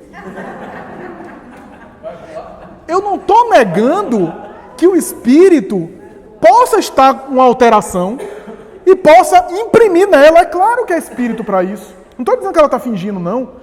O espírito pode envolvê-la, mas ela se envolveu e deu aso. Como diz Diversidade dos Carismas, vocês estudaram aqui o caso de Regina. É exagerada aquela postura militar, que o médium só pode se comunicar de uma forma. Não, o espírito está com raiva, tem que expressar raiva, às vezes altera o tom de voz, às vezes fala com mais rancor. É claro, o espírito está odiando. Não dá para achar que o espírito vai se comunicar dizendo eu estou com ódio. Com aquele mesmo tom de voz, com a mesma postura. Que foi isso que aconteceu com Regina, ela foi bloqueando, a ponto de quase bloquear completamente a faculdade mediúnica. Né? Agora, o outro extremo também é problemático. Se o médium recebe, ele chuta a cadeira, ele parte para cima, ele quer até cometer um homicídio dentro da sala. Então, isso daí já é uma coisa excessiva, que a gente tem que ter essa liberação excessiva, ele vai filtrar. Ah, mas e o médium? Esse médium, por exemplo, nosso, no início as entidades se manifestavam e às vezes na raiva a entidade me xingava, o doutrinador, e xingava alguém às vezes. Utilizava a palavra de baixo, palavrão. Só que o que isso acontece? É porque o médium fala no dia a dia, tem o hábito. Se eu sou pornofônico ao falar as coisas, se eu falo palavras grosseiras, fico xingando Deus e o mundo, como é que eu vou reter a entidade quando ela quer falar um palavrão na reunião mediúnica? Então, quando ele começou a mudar de atitude mental, a gente foi conversando com ele foi mudando moralmente, etc. Ele foi de tal forma que agora o espírito exprime a sua raiva, a sua agressividade, mas com uma palavra que não é de baixo calão. Olha que coisa interessante. Isso vai sendo isso vai criando condicionamentos mediúnicos na experiência da mediunidade. Mas, minha gente, o que eu gostaria de dizer aqui, já encerrando, é o seguinte: não precisamos fazer conflito. Se eu estou aqui, estou no momento de experiência mediúnica, eu fecho os olhos e vem alguma coisa que eu não estava pensando, uma onda que me envolve, os médiuns sabem disso, uma onda que me envolve, um monte de imagem, um monte de coisa que eu não estava pensando e que vem à tona, é claro que é uma presença mediúnica, não precisa fazer conflito, você tem que exercitar ou liberar e ir exercitando, é claro, o controle dessa situação, para não chegar até o chão, por exemplo, para não chegar a cair no chão. E isso o médium, com o tempo, ele vai administrando. Eu parabenizo o grupo, Hernani, por meio do seu depoimento, esse é um momento que não é de atendimento, mas pode ocorrer, é claro que pode ocorrer, e a gente não vai agora ter uma postura veemente, é claro que o estímulo para os médios, da mesma forma que acontece no Evangelho no Lar, o Evangelho no Lar é para os encarnados, os espíritos que estão ali são contaminados pelo Evangelho no Lar, e os bons espíritos sabem que ali não é prática mediúnica. Agora, pode acontecer no Evangelho no Lar, de pessoas, né, de pessoas que já têm estudo espírita, que já têm uma certa caminhada, não estão iniciando, de repente vem uma mensagem positiva, alguma coisa, nada contra. Espiritismo sem espíritos é um contrassenso. Né? Então, nem uma coisa nem outra. Agora, é claro, a gente não precisa fazer o que Raul Teixeira falou, né? Ele pegou uma carona com alguém para ir numa palestra, um anfitrião da cidade, e a pessoa era um médium, que ele no meio do trânsito, peraí, meu mentor quer se comunicar, pá, colocava no acostamento, e o mentor se comunicava. Aí Raul disse, escuta, seu mentor não tem um horário para se comunicar, não? Que mentor indisciplinado é esse?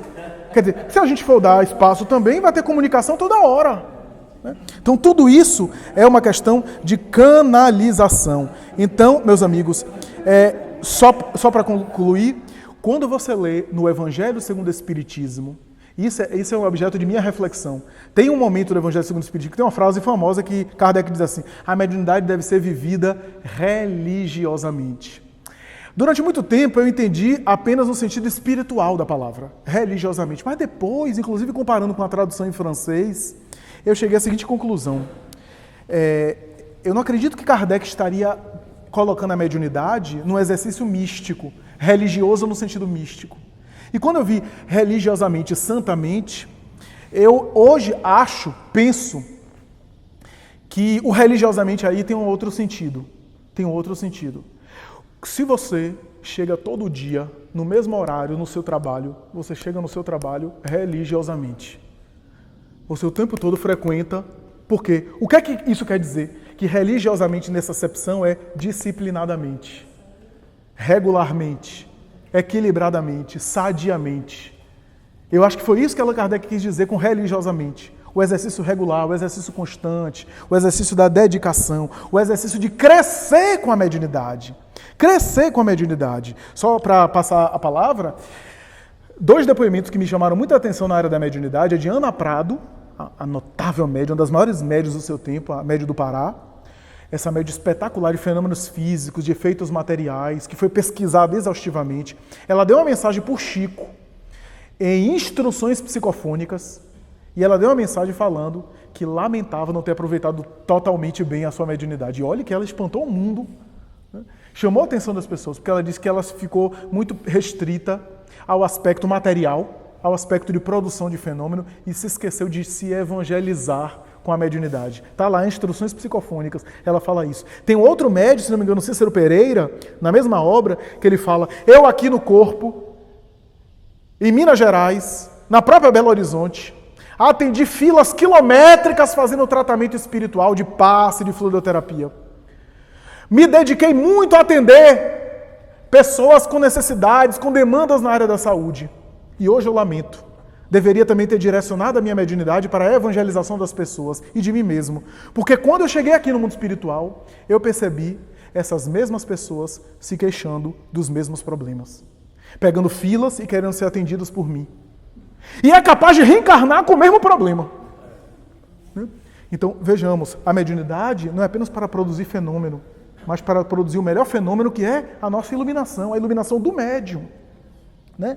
É tornar a nossa vida uma vida melhor, mais feliz, por conta da faculdade médium, da experiência mediúnica. Né? Porque médiuns espetaculares sempre teve, sempre houve, mas são poucos os médiuns que se iluminam com a tarefa que fazem, com a tarefa que abraçam. Então, mais ou menos essa é a minha consideração, essas minhas palavras. Alguma coisa a agregar, eu vou colocando com perguntas ou com acréscimos aí.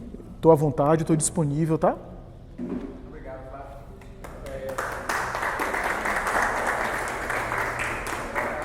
Vou fazer uma pergunta curiosa. Qual é a sua mediunidade ostensiva? Você só dialogador. Eu só sou dialogador. A experiência que eu tenho é alguma aproximação de presença, algumas sensações, a intuição na hora da doutrinação e da palestra, mas o transe ainda não. Uma outra emancipação, mas como são fenômenos muito esporádicos, uma emancipação, né, uma visão psíquica, né, uma clarividência, mas como são fenômenos muito, muito esporádicos, não consideram uma mediunidade ostensiva, que tem uma certa constância. O dialogador está doutrinando e o espírito, a fala do doutrinador pode provocar, vamos ver, por onde o doutrinador está levando a conversa, pode provocar no espírito irritação e o espírito reagir, ou essa irritação é do médium ou é do doutrinador. Entendeu? Uhum. Então, o espírito está incorporado. E em determinado momento da fala, o médium está incorporado. Sempre aquela agonia, irritação, uma coisa esquisita, né? Estranha, né? Então, esse sentimento que o médium incorporado está sentindo é do espírito, é do médium que está refletindo na comunicação, ou o doutrinador, pelo caminho que está levando, está provocando isso?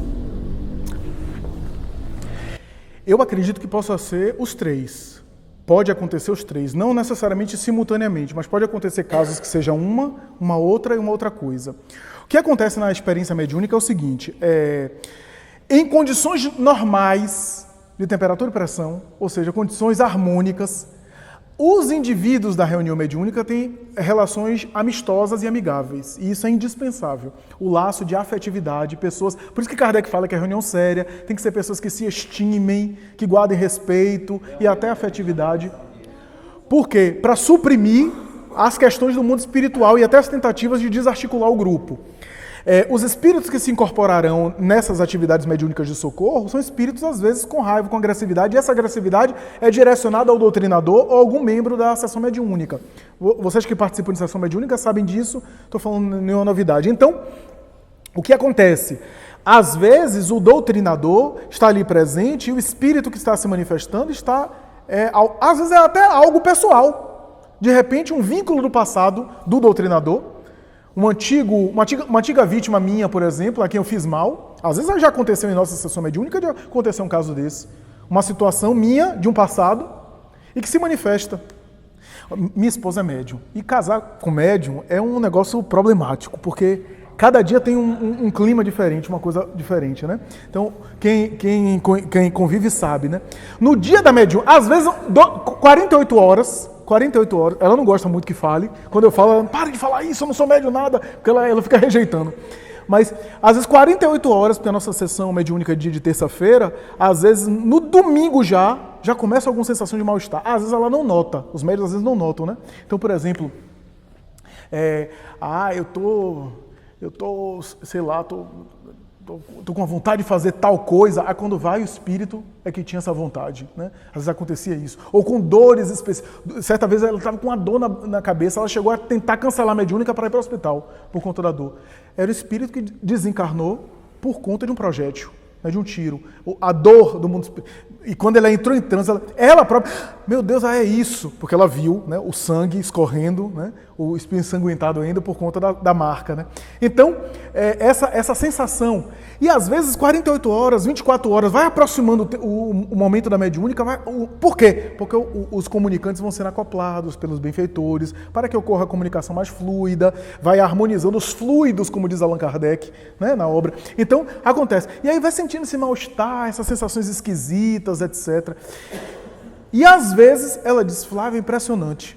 Vem uma comunicação, por exemplo, que é algo direcionado a mim, e a entidade espiritual com muita raiva, e ela diz na avaliação, a gente depois faz uma avaliação, e ela diz, é impressionante, porque eu ficava me perguntando aqui, enquanto o transe acontecia, meu Deus, eu não tenho motivo para estar com esse ódio todo. E eu estava com ódio de Flávio, eu queria voar no pescoço dele, mas eu queria bater nele, via um ódio, mas eu própria, ficava me perguntando, meu Deus, eu não tenho motivo para estar assim, com esse ódio.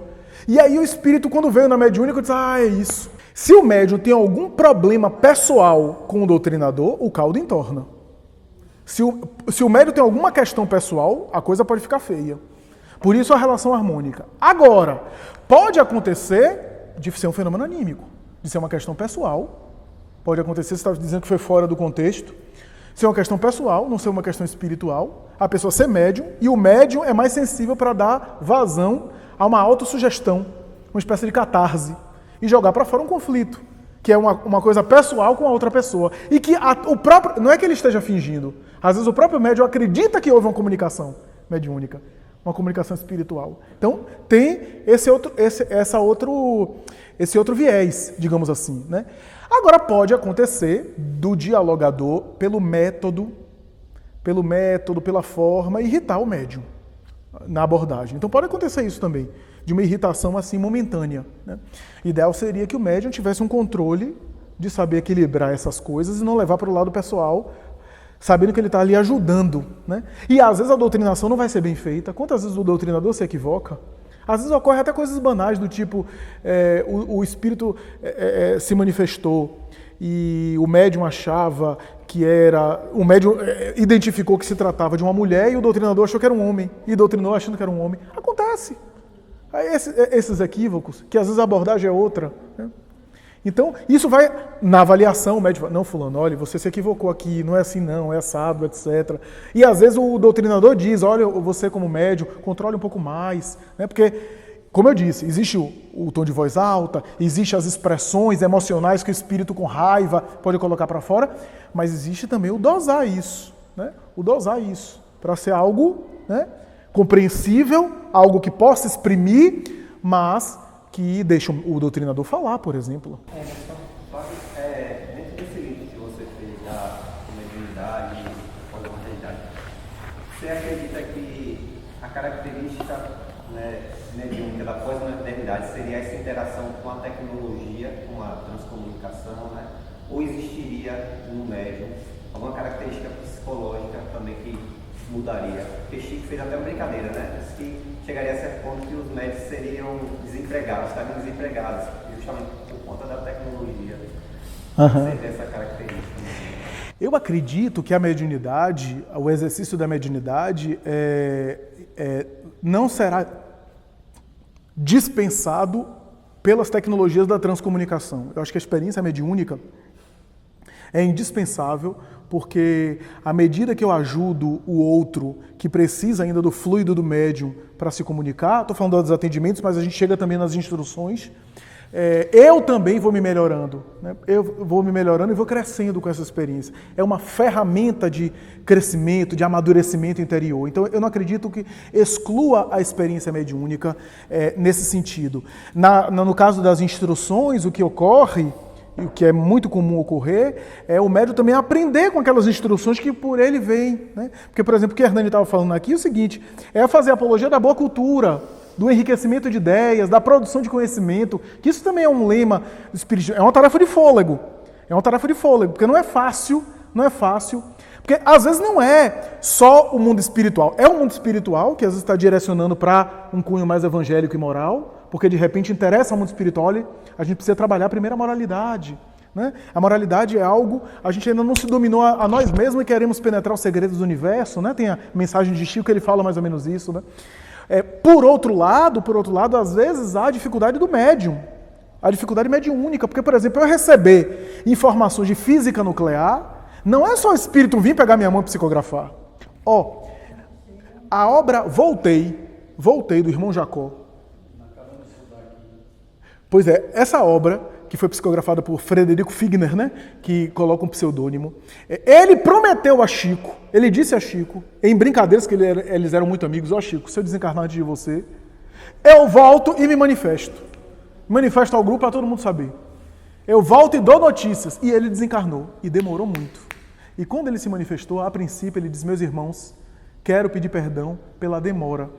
Mas foi necessário muito tempo, eu desencarnei, queria logo dar notícias, mas foi necessário muito tempo, passou muito tempo, porque para o médium filtrar direito o meu pensamento, eu tive que me ambientar com ele, eu tive que me apropriar de determinados recursos aqui. Vocês não sabem as barreiras fluídicas e materiais que existem de um desencarnado para as barreiras materiais do médium, para passar de maneira fiel o pensamento do espírito. E olha que estamos falando de Chico Xavier, que não era um médium comum, era um médium raríssimo, excepcional, né, que mudava até caligrafia.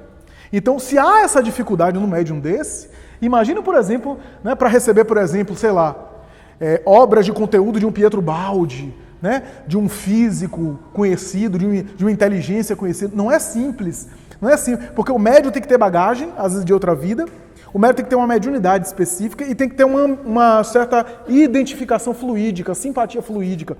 Esses recursos não são simples de encontrar. Por isso que eu digo que é tarefa de fôlego. Faço votos que continuem perseverando, porque era objeto de Hermínio de Miranda. Tem um pesquisador interessante chamado Palhano Júnior, Dr. Palhano Júnior. Ele fez pesquisas muito interessantes com isso, né? Ele tem uma obra chamada Transe e Mediunidade, que ele vai falar de uma técnica chamada varredura mediúnica, que é uma experiência muito interessante quando ele pega vários médios, né, e faz uma espécie de varredura mediúnica. É um conceito interessante para se estudar, né, e cabe num grupo como esse, por exemplo. E através da confirmação, ele chegava às vezes em conclusões interessantes de informação mediúnica, espiritual, doutrinária, interessante.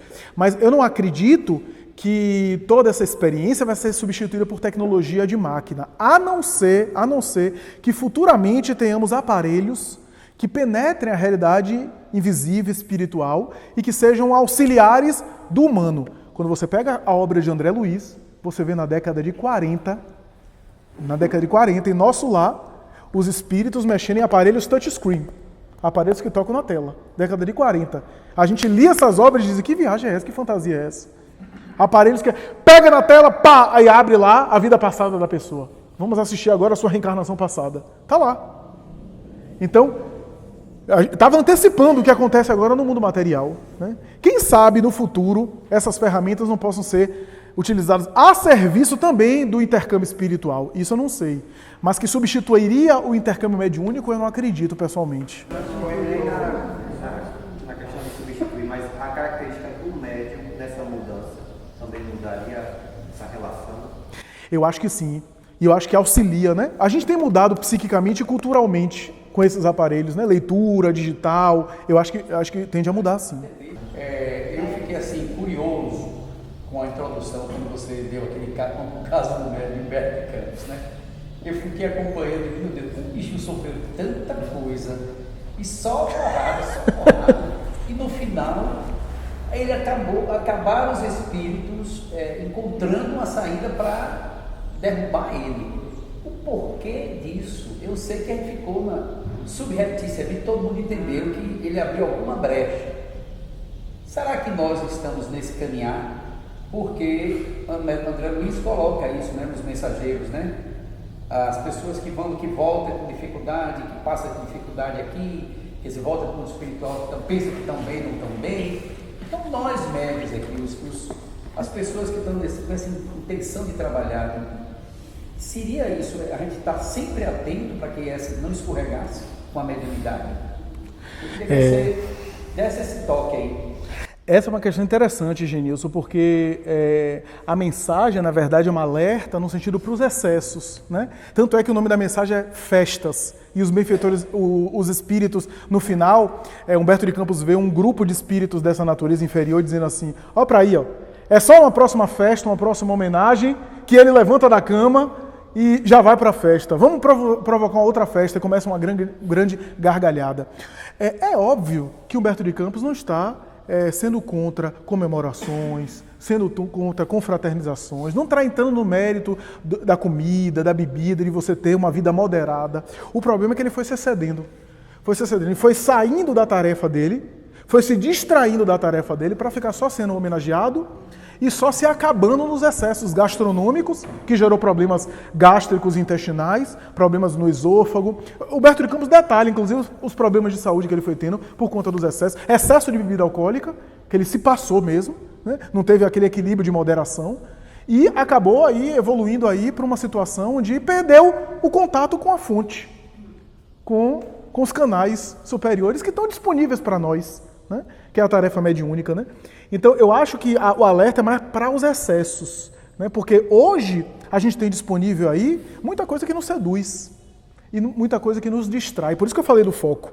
Hoje a gente tem muita coisa. O problema é a gente selecionar o que é importante. Porque é tanta coisa importante e tanta coisa aparentemente importante que não é. Que sou levado para um local e lá eles me mostram que a projeção com esses espíritos podem ser, ela será transcomunicação espiritual, como se fosse uma tela. Aí o homem, né, o velho, ele sai do corpo dele alguns projetos, algumas luzes, e leva essa comunicação diretamente numa tela, e lá o próprio espírito na comunicação. Eu tenho vivenciado isso e sonhado regularmente. Como a tecnologia está altamente, você vê ao homem e a ciência aí tentando entender cada vez que passa, tentando fazer o próprio homem a sua semelhança com um robô ou alguma coisa assim. Então, a nanotecnologia, ela já está bem evoluída. Não sei se no futuro, com esses espíritos que estão sendo jogados no planeta Terra, se isso é possível. A grande dificuldade aí é porque, como uma câmera ou os aparelhos de registro de imagem que a gente tem hoje são feitos para captar a matéria terrena e os seres desencarnados são constituídos de uma matéria perispiritual, por isso que eu não consigo visualizar um espírito, por exemplo, que esteja do lado, sei lá, de alguém numa apresentação ao vivo na televisão, né? Se eu assisto, sei lá, diga aí um programa fantástico, e eu não vejo, por exemplo, ao lado lá do repórter, o espírito desencarnado que está do lado dele. Por quê? Porque a televisão, mesmo que ele tenha um espírito e seja vidente, eu não consigo ver porque a televisão não vai registrar o espírito. Então o que eu vejo é a imagem que a televisão registra. Talvez no futuro, como você falou, nanotecnologia, algum aparelho que consiga registrar uma matéria mais sutil, né? Houve aquela experiência do Vidicom e Spiricom, né? Que as lâminas das telas captavam algumas presenças espirituais interessantes, né? Mas ali foi uma pesquisa bem elaborada, né? Bem específica, né? Eu acredito que sim, essa projeção, né?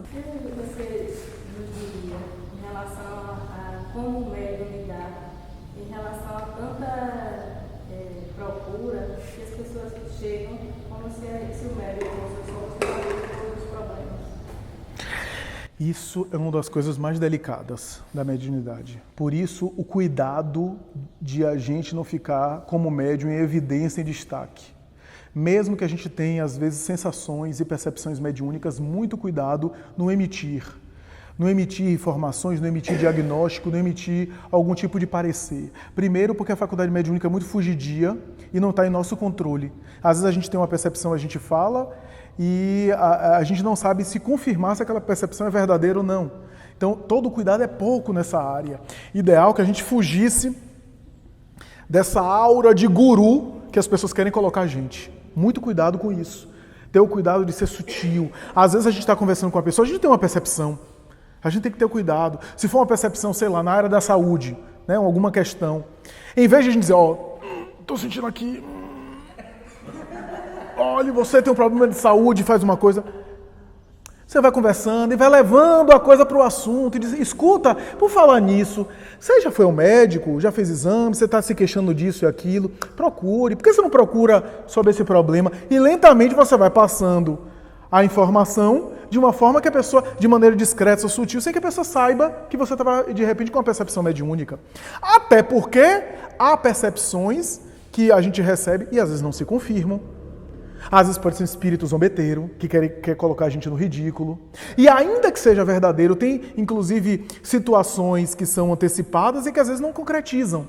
Tem uma colocação de Emmanuel, quando Emmanuel fala sobre a premonição, que Emmanuel diz mais ou menos assim, sobre a premonição, é sempre bom considerar o exemplo de Jonas na Bíblia. Quem leu a história de Jonas sabe que Jonas recebeu uma profecia de uma cidade que ia ser destruída e a profecia não se cumpriu. Ele foi lá avisar e falar sobre a mudança, a renovação e acabou não se dando.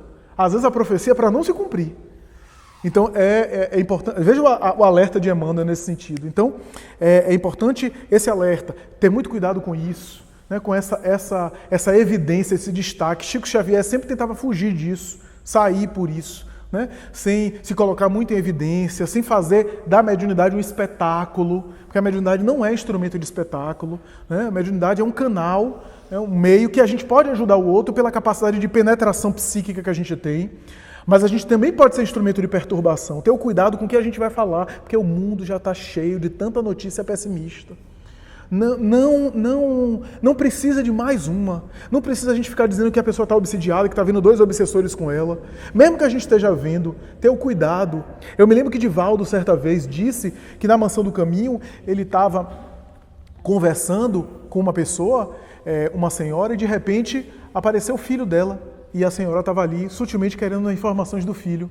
E Divaldo parou e o filho, que havia desencarnado de uma maneira violenta e dolorosa, estava colocando culpa na mãe. E dizia, a culpa é dessa desgraçada, ela vem aqui porque ela está com consciência de culpa. Diga a ela que eu estou vivo e que a culpa é dela. O médium vai falar isso? O médium vai dizer, não, doutora, ele desencarnou, estou percebendo ele aqui, a morte não existe, ele está se recuperando, está com a avó, ele viu a avó materna presente ali, tentando ampará-lo, né? É óbvio que ele desencarnou de maneira violenta, ainda está aturdido, etc. Passou o essencial, não vai passar para que perturbar a pessoa com mais conflito? Né? Então o médium tem que ter esse cuidado, né? Esse cuidado de saber o que é que ele vai compartilhar. É que nem o WhatsApp, você compartilha tudo que você recebe? Né? Quanta coisa a gente recebe. Outro dia a pessoa diz assim, você gosta, eu gosto de música clássica, gosto de música erudita, né? Gosto de Liszt também, viu, Gai? Gosto de música erudita. E aí a pessoa colocou, você gosta de funk? Eu vou compartilhar para você um funk aqui. Eu disse, não, eu ainda escrevi, eu não gosto. Aí a pessoa chegou lá e compartilhou comigo. Eu apago, mas assim, eu vou passar adiante isso, vou passar fake news, vou passar notícia negativa. Toda vez que eu compartilhar uma coisa no WhatsApp, eu pergunto que tipo de sentimento eu vou gerar no outro quando eu compartilhar isso. Que tipo de emoção eu vou causar. Né? Da mesma forma, a mediunidade é um compartilhamento.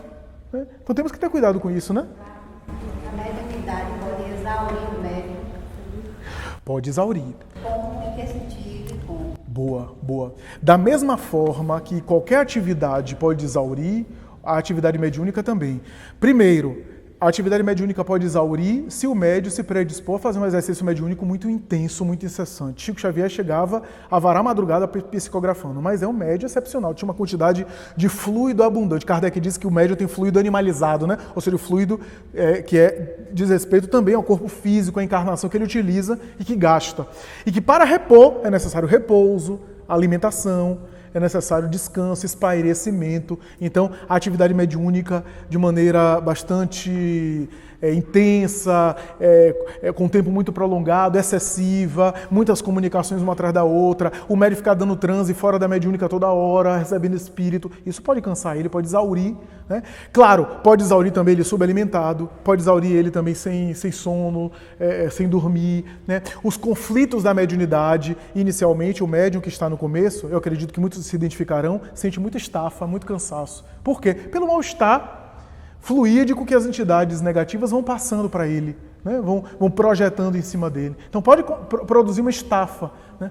Mas, via de regra, o excesso na atividade mediúnica que deve ser evitado também. Esses embaraços, principalmente no início da mediunidade, esse mal-estar de ficar de cama, etc., são provas para o médium, porque como o médium traz os seus desafios pessoais, que acabam se manifestando através da mediunidade, são as provas para que ele crescer. Ivone Pereira, por exemplo, sentia as dores físicas dos espíritos que se comunicavam com ela, alguns muito sofredores. Então ficava, às vezes, envolvendo ela. Então essas dores, essas sensações são as provas, esses abatimentos. Por isso, eu costumo dizer para alguns que vivem essa experiência mesmo.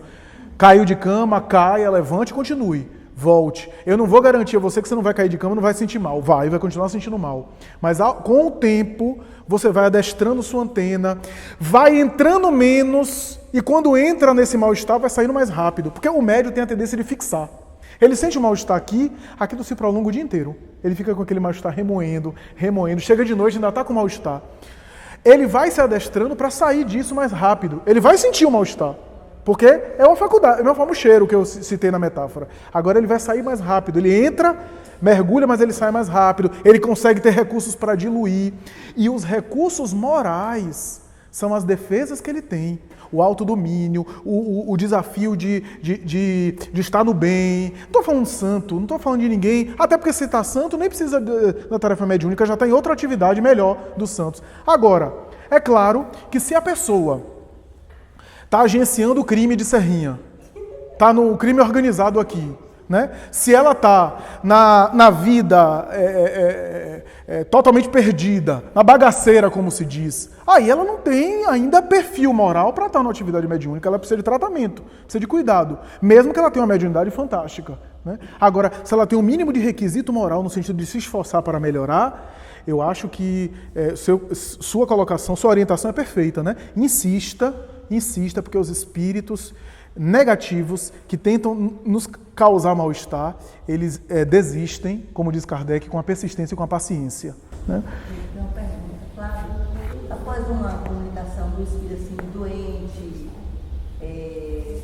com muitos problemas que passa para o médico, depois da comunicação, quanto tempo, horas, esse médium vai se recuperar do mal-estar, da energia que saiu, do vácuo no estômago, esse mal-estar que o corpo sente? Uhum. A irritação, a angústia que deixa. Via de regra, apesar de não ter assim, nenhum autor fala de um tempo assim absoluto, né, não sei quantos minutos ou não sei quantas horas, eu não conheço nenhum autor que fala especificamente sobre isso, mas via de regra, ao sair do trabalho mediúnico, quando há uma comunicação mais violenta, mais agressiva, que causa mal-estar, o médium ainda sente aquela atmosfera, né, e aí, via de regra, ele sai, ele começa a conversar sobre outras coisas, ele vai espairecendo, vai se concentrando nessas coisas, aquilo vai se diluindo. Se é à noite a mediúnica, ele dorme, via de regra, no dia seguinte, isso já está dissolvido.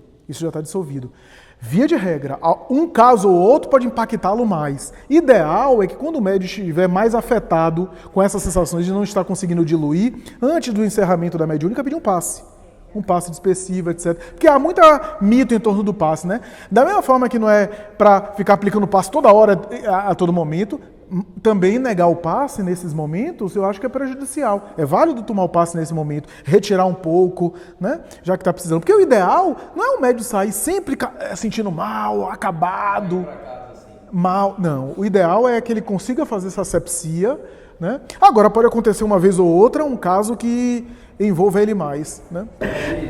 Tardia, É um fenômeno curioso. Às vezes acontece, é raro, porque a mediunidade quase sempre acontece no início da puberdade ou na vida jovem adulta, né? Há alguns casos especiais de crianças, né? Que não se deve levar para a sessão mediúnica e explorar muito isso, né? Como diz Kardec no Livro dos Médiuns, se ater apenas às consequências morais, né? Sem se fixar demais. Ah, mas Chico via e conversava e Divaldo via, mas esses já vinham preparados. A maioria das crianças, a gente tem que se ater às questões morais, não estimular muito, porque a criança não tem condição de participar de sessão mediúnica.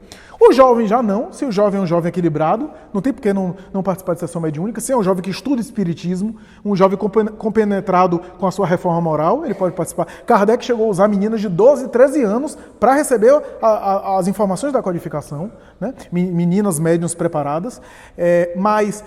há casos raros, alguns casos raros, de mediunidade ostensiva que desabrocha em idade avançada, né?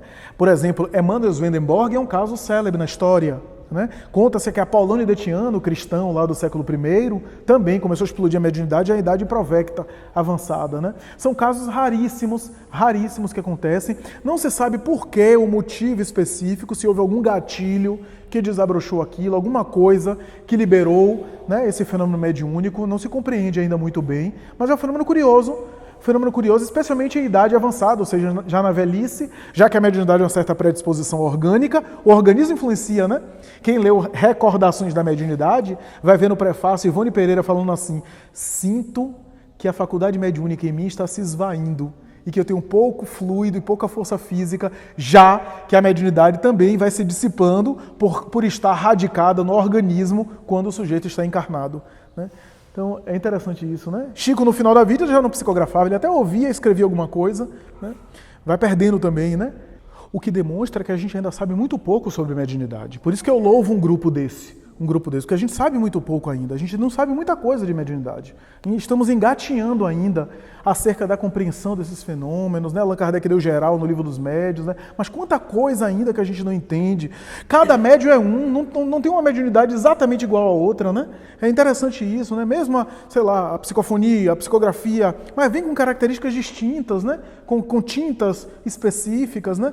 Porque tem a ver com a história reencarnatória daquele médium, né, da história daquele espírito. A mediunidade é uma faculdade dele, né, que ele acumulou ao longo dos tempos, né? Minha pergunta é um pouquinho diferente. Gostaria que você falasse assim, qual a maneira correta de nós orientarmos quando percebemos que a criança ainda muito novinha apresenta sinais mediúnicos? Quando Allan Kardec estudou isso, mediunidade na infância, né, ele disse que o ideal seria se ater às questões morais, dizer, mas é isso mesmo, porque existem os anjos, né, voltar para essa questão mais assim lúdica, né, a depender, se houver uma criança muito pequena, 4, 5 anos, por exemplo, né, se ater às questões morais, sem entrar muito nessa coisa do entendimento do fenômeno, né, para acabar não perturbando, porque a criança não tem discernimento, né? O sistema nervoso dela não está completo, não está formado totalmente, ela não tem maturidade de discernimento e não tem condição psíquica nem física para o transe, né? Então, o ideal é se ater aí às questões morais, falar de Deus, de Papai do Céu, etc. Eu acho que é o melhor. Quando você se atenha a isso e ela oponha o que você falou, ela disse, não é isso. É isso que eu estava lá, o que eu vi, o que eu fiz. Acolher a informação sem aprofundar demais a questão fenomênica, né? A questão fenomênica. Sem ficar dizendo, e aí, você está vendo mais alguma coisa? Me diga aí se você está vendo mais alguma coisa. Está sentindo o quê? Assim, você colocou que sua esposa é médica e você imagina lidar com a questão mediúnica, convivendo com, que não é uma coisa fácil. Aí eu convivo com ele também convive comigo. Mas assim, eu estava fazendo uma pergunta a ele, porque essa questão mediúnica com o Oswaldo é uma coisa que eu fico observando assim, as questões dele, é mais tranquila do que a minha. E aí eu fico observando, eu falo sempre, eu vejo que ele tem um controle melhor nas coisas dele, assim, do que ele sente, da sensibilidade, os espíritos que chegam até ele. Aí eu perguntei essa semana a ele, eu falei, vem cá, você não sente? Porque eu vejo assim, poxa, é mais água calma dele, entendeu? Para mim é mais difícil. Eu não vejo ele se sentindo mal, sabe? Eu não vejo ele passando mal, só na reunião mediúnica quando dá uma comunicação com espíritos doentes, mas eu não vejo no dia a dia dele, é tranquilo. Ele falou, eu sou mais evoluído. Aí eu peguei e falei, isso quer dizer de evolução? Às vezes, me lembra teu nome? Íris. Às vezes, Íris, a grande maioria dos médiuns experimenta esse mal-estar e esse relato que você está falando, né? Possivelmente você tem uma predominância maior no transe de incorporação, né? Por conta desse mal-estar, dessas sensações que vêm através do transe de psicofonia. Eu acho que é com o tempo, eu não garanto, como eu disse, eu não garanto que você não vai continuar passando mal, vai continuar passando mal, mas você vai conseguir adestrar e canalizar a ponto de não ficar tão mal e tanto tempo mal. Você conseguir sair mais rápido e diluir mais rápido. Mas você vai continuar sentindo essa característica da sua faculdade mediúnica. De repente, aqui como especulação, porque é difícil de saber, de repente você tem uma intensidade maior no âmbito da incorporação. Por isso você sente as sensações do espírito que ele sente mais a nível de transmissão e de intuição. E você está exercendo controle. Você está exercendo controle desde o começo que eu estou lhe vendo aí. O tempo todo você controlando ali. Você sentindo o olho pesado, querendo fechar os olhos e segurando. Mas quase sempre não é fácil, não. Esse mal-estar, essa coisa, essas sensações que tomam, que acometem, não é fácil. O ideal, por isso que aquela pergunta do mal-estar depois, o ideal é que futuramente você saia da mediúnica, você entre mal e saia aliviada. Minha esposa fala a mesma coisa que você. Se houvesse uma tarefa que eu queria escolher de não ir, a tarefa da mediunidade. Porque ou incômodo, ou sensações, né, ou mal-estar.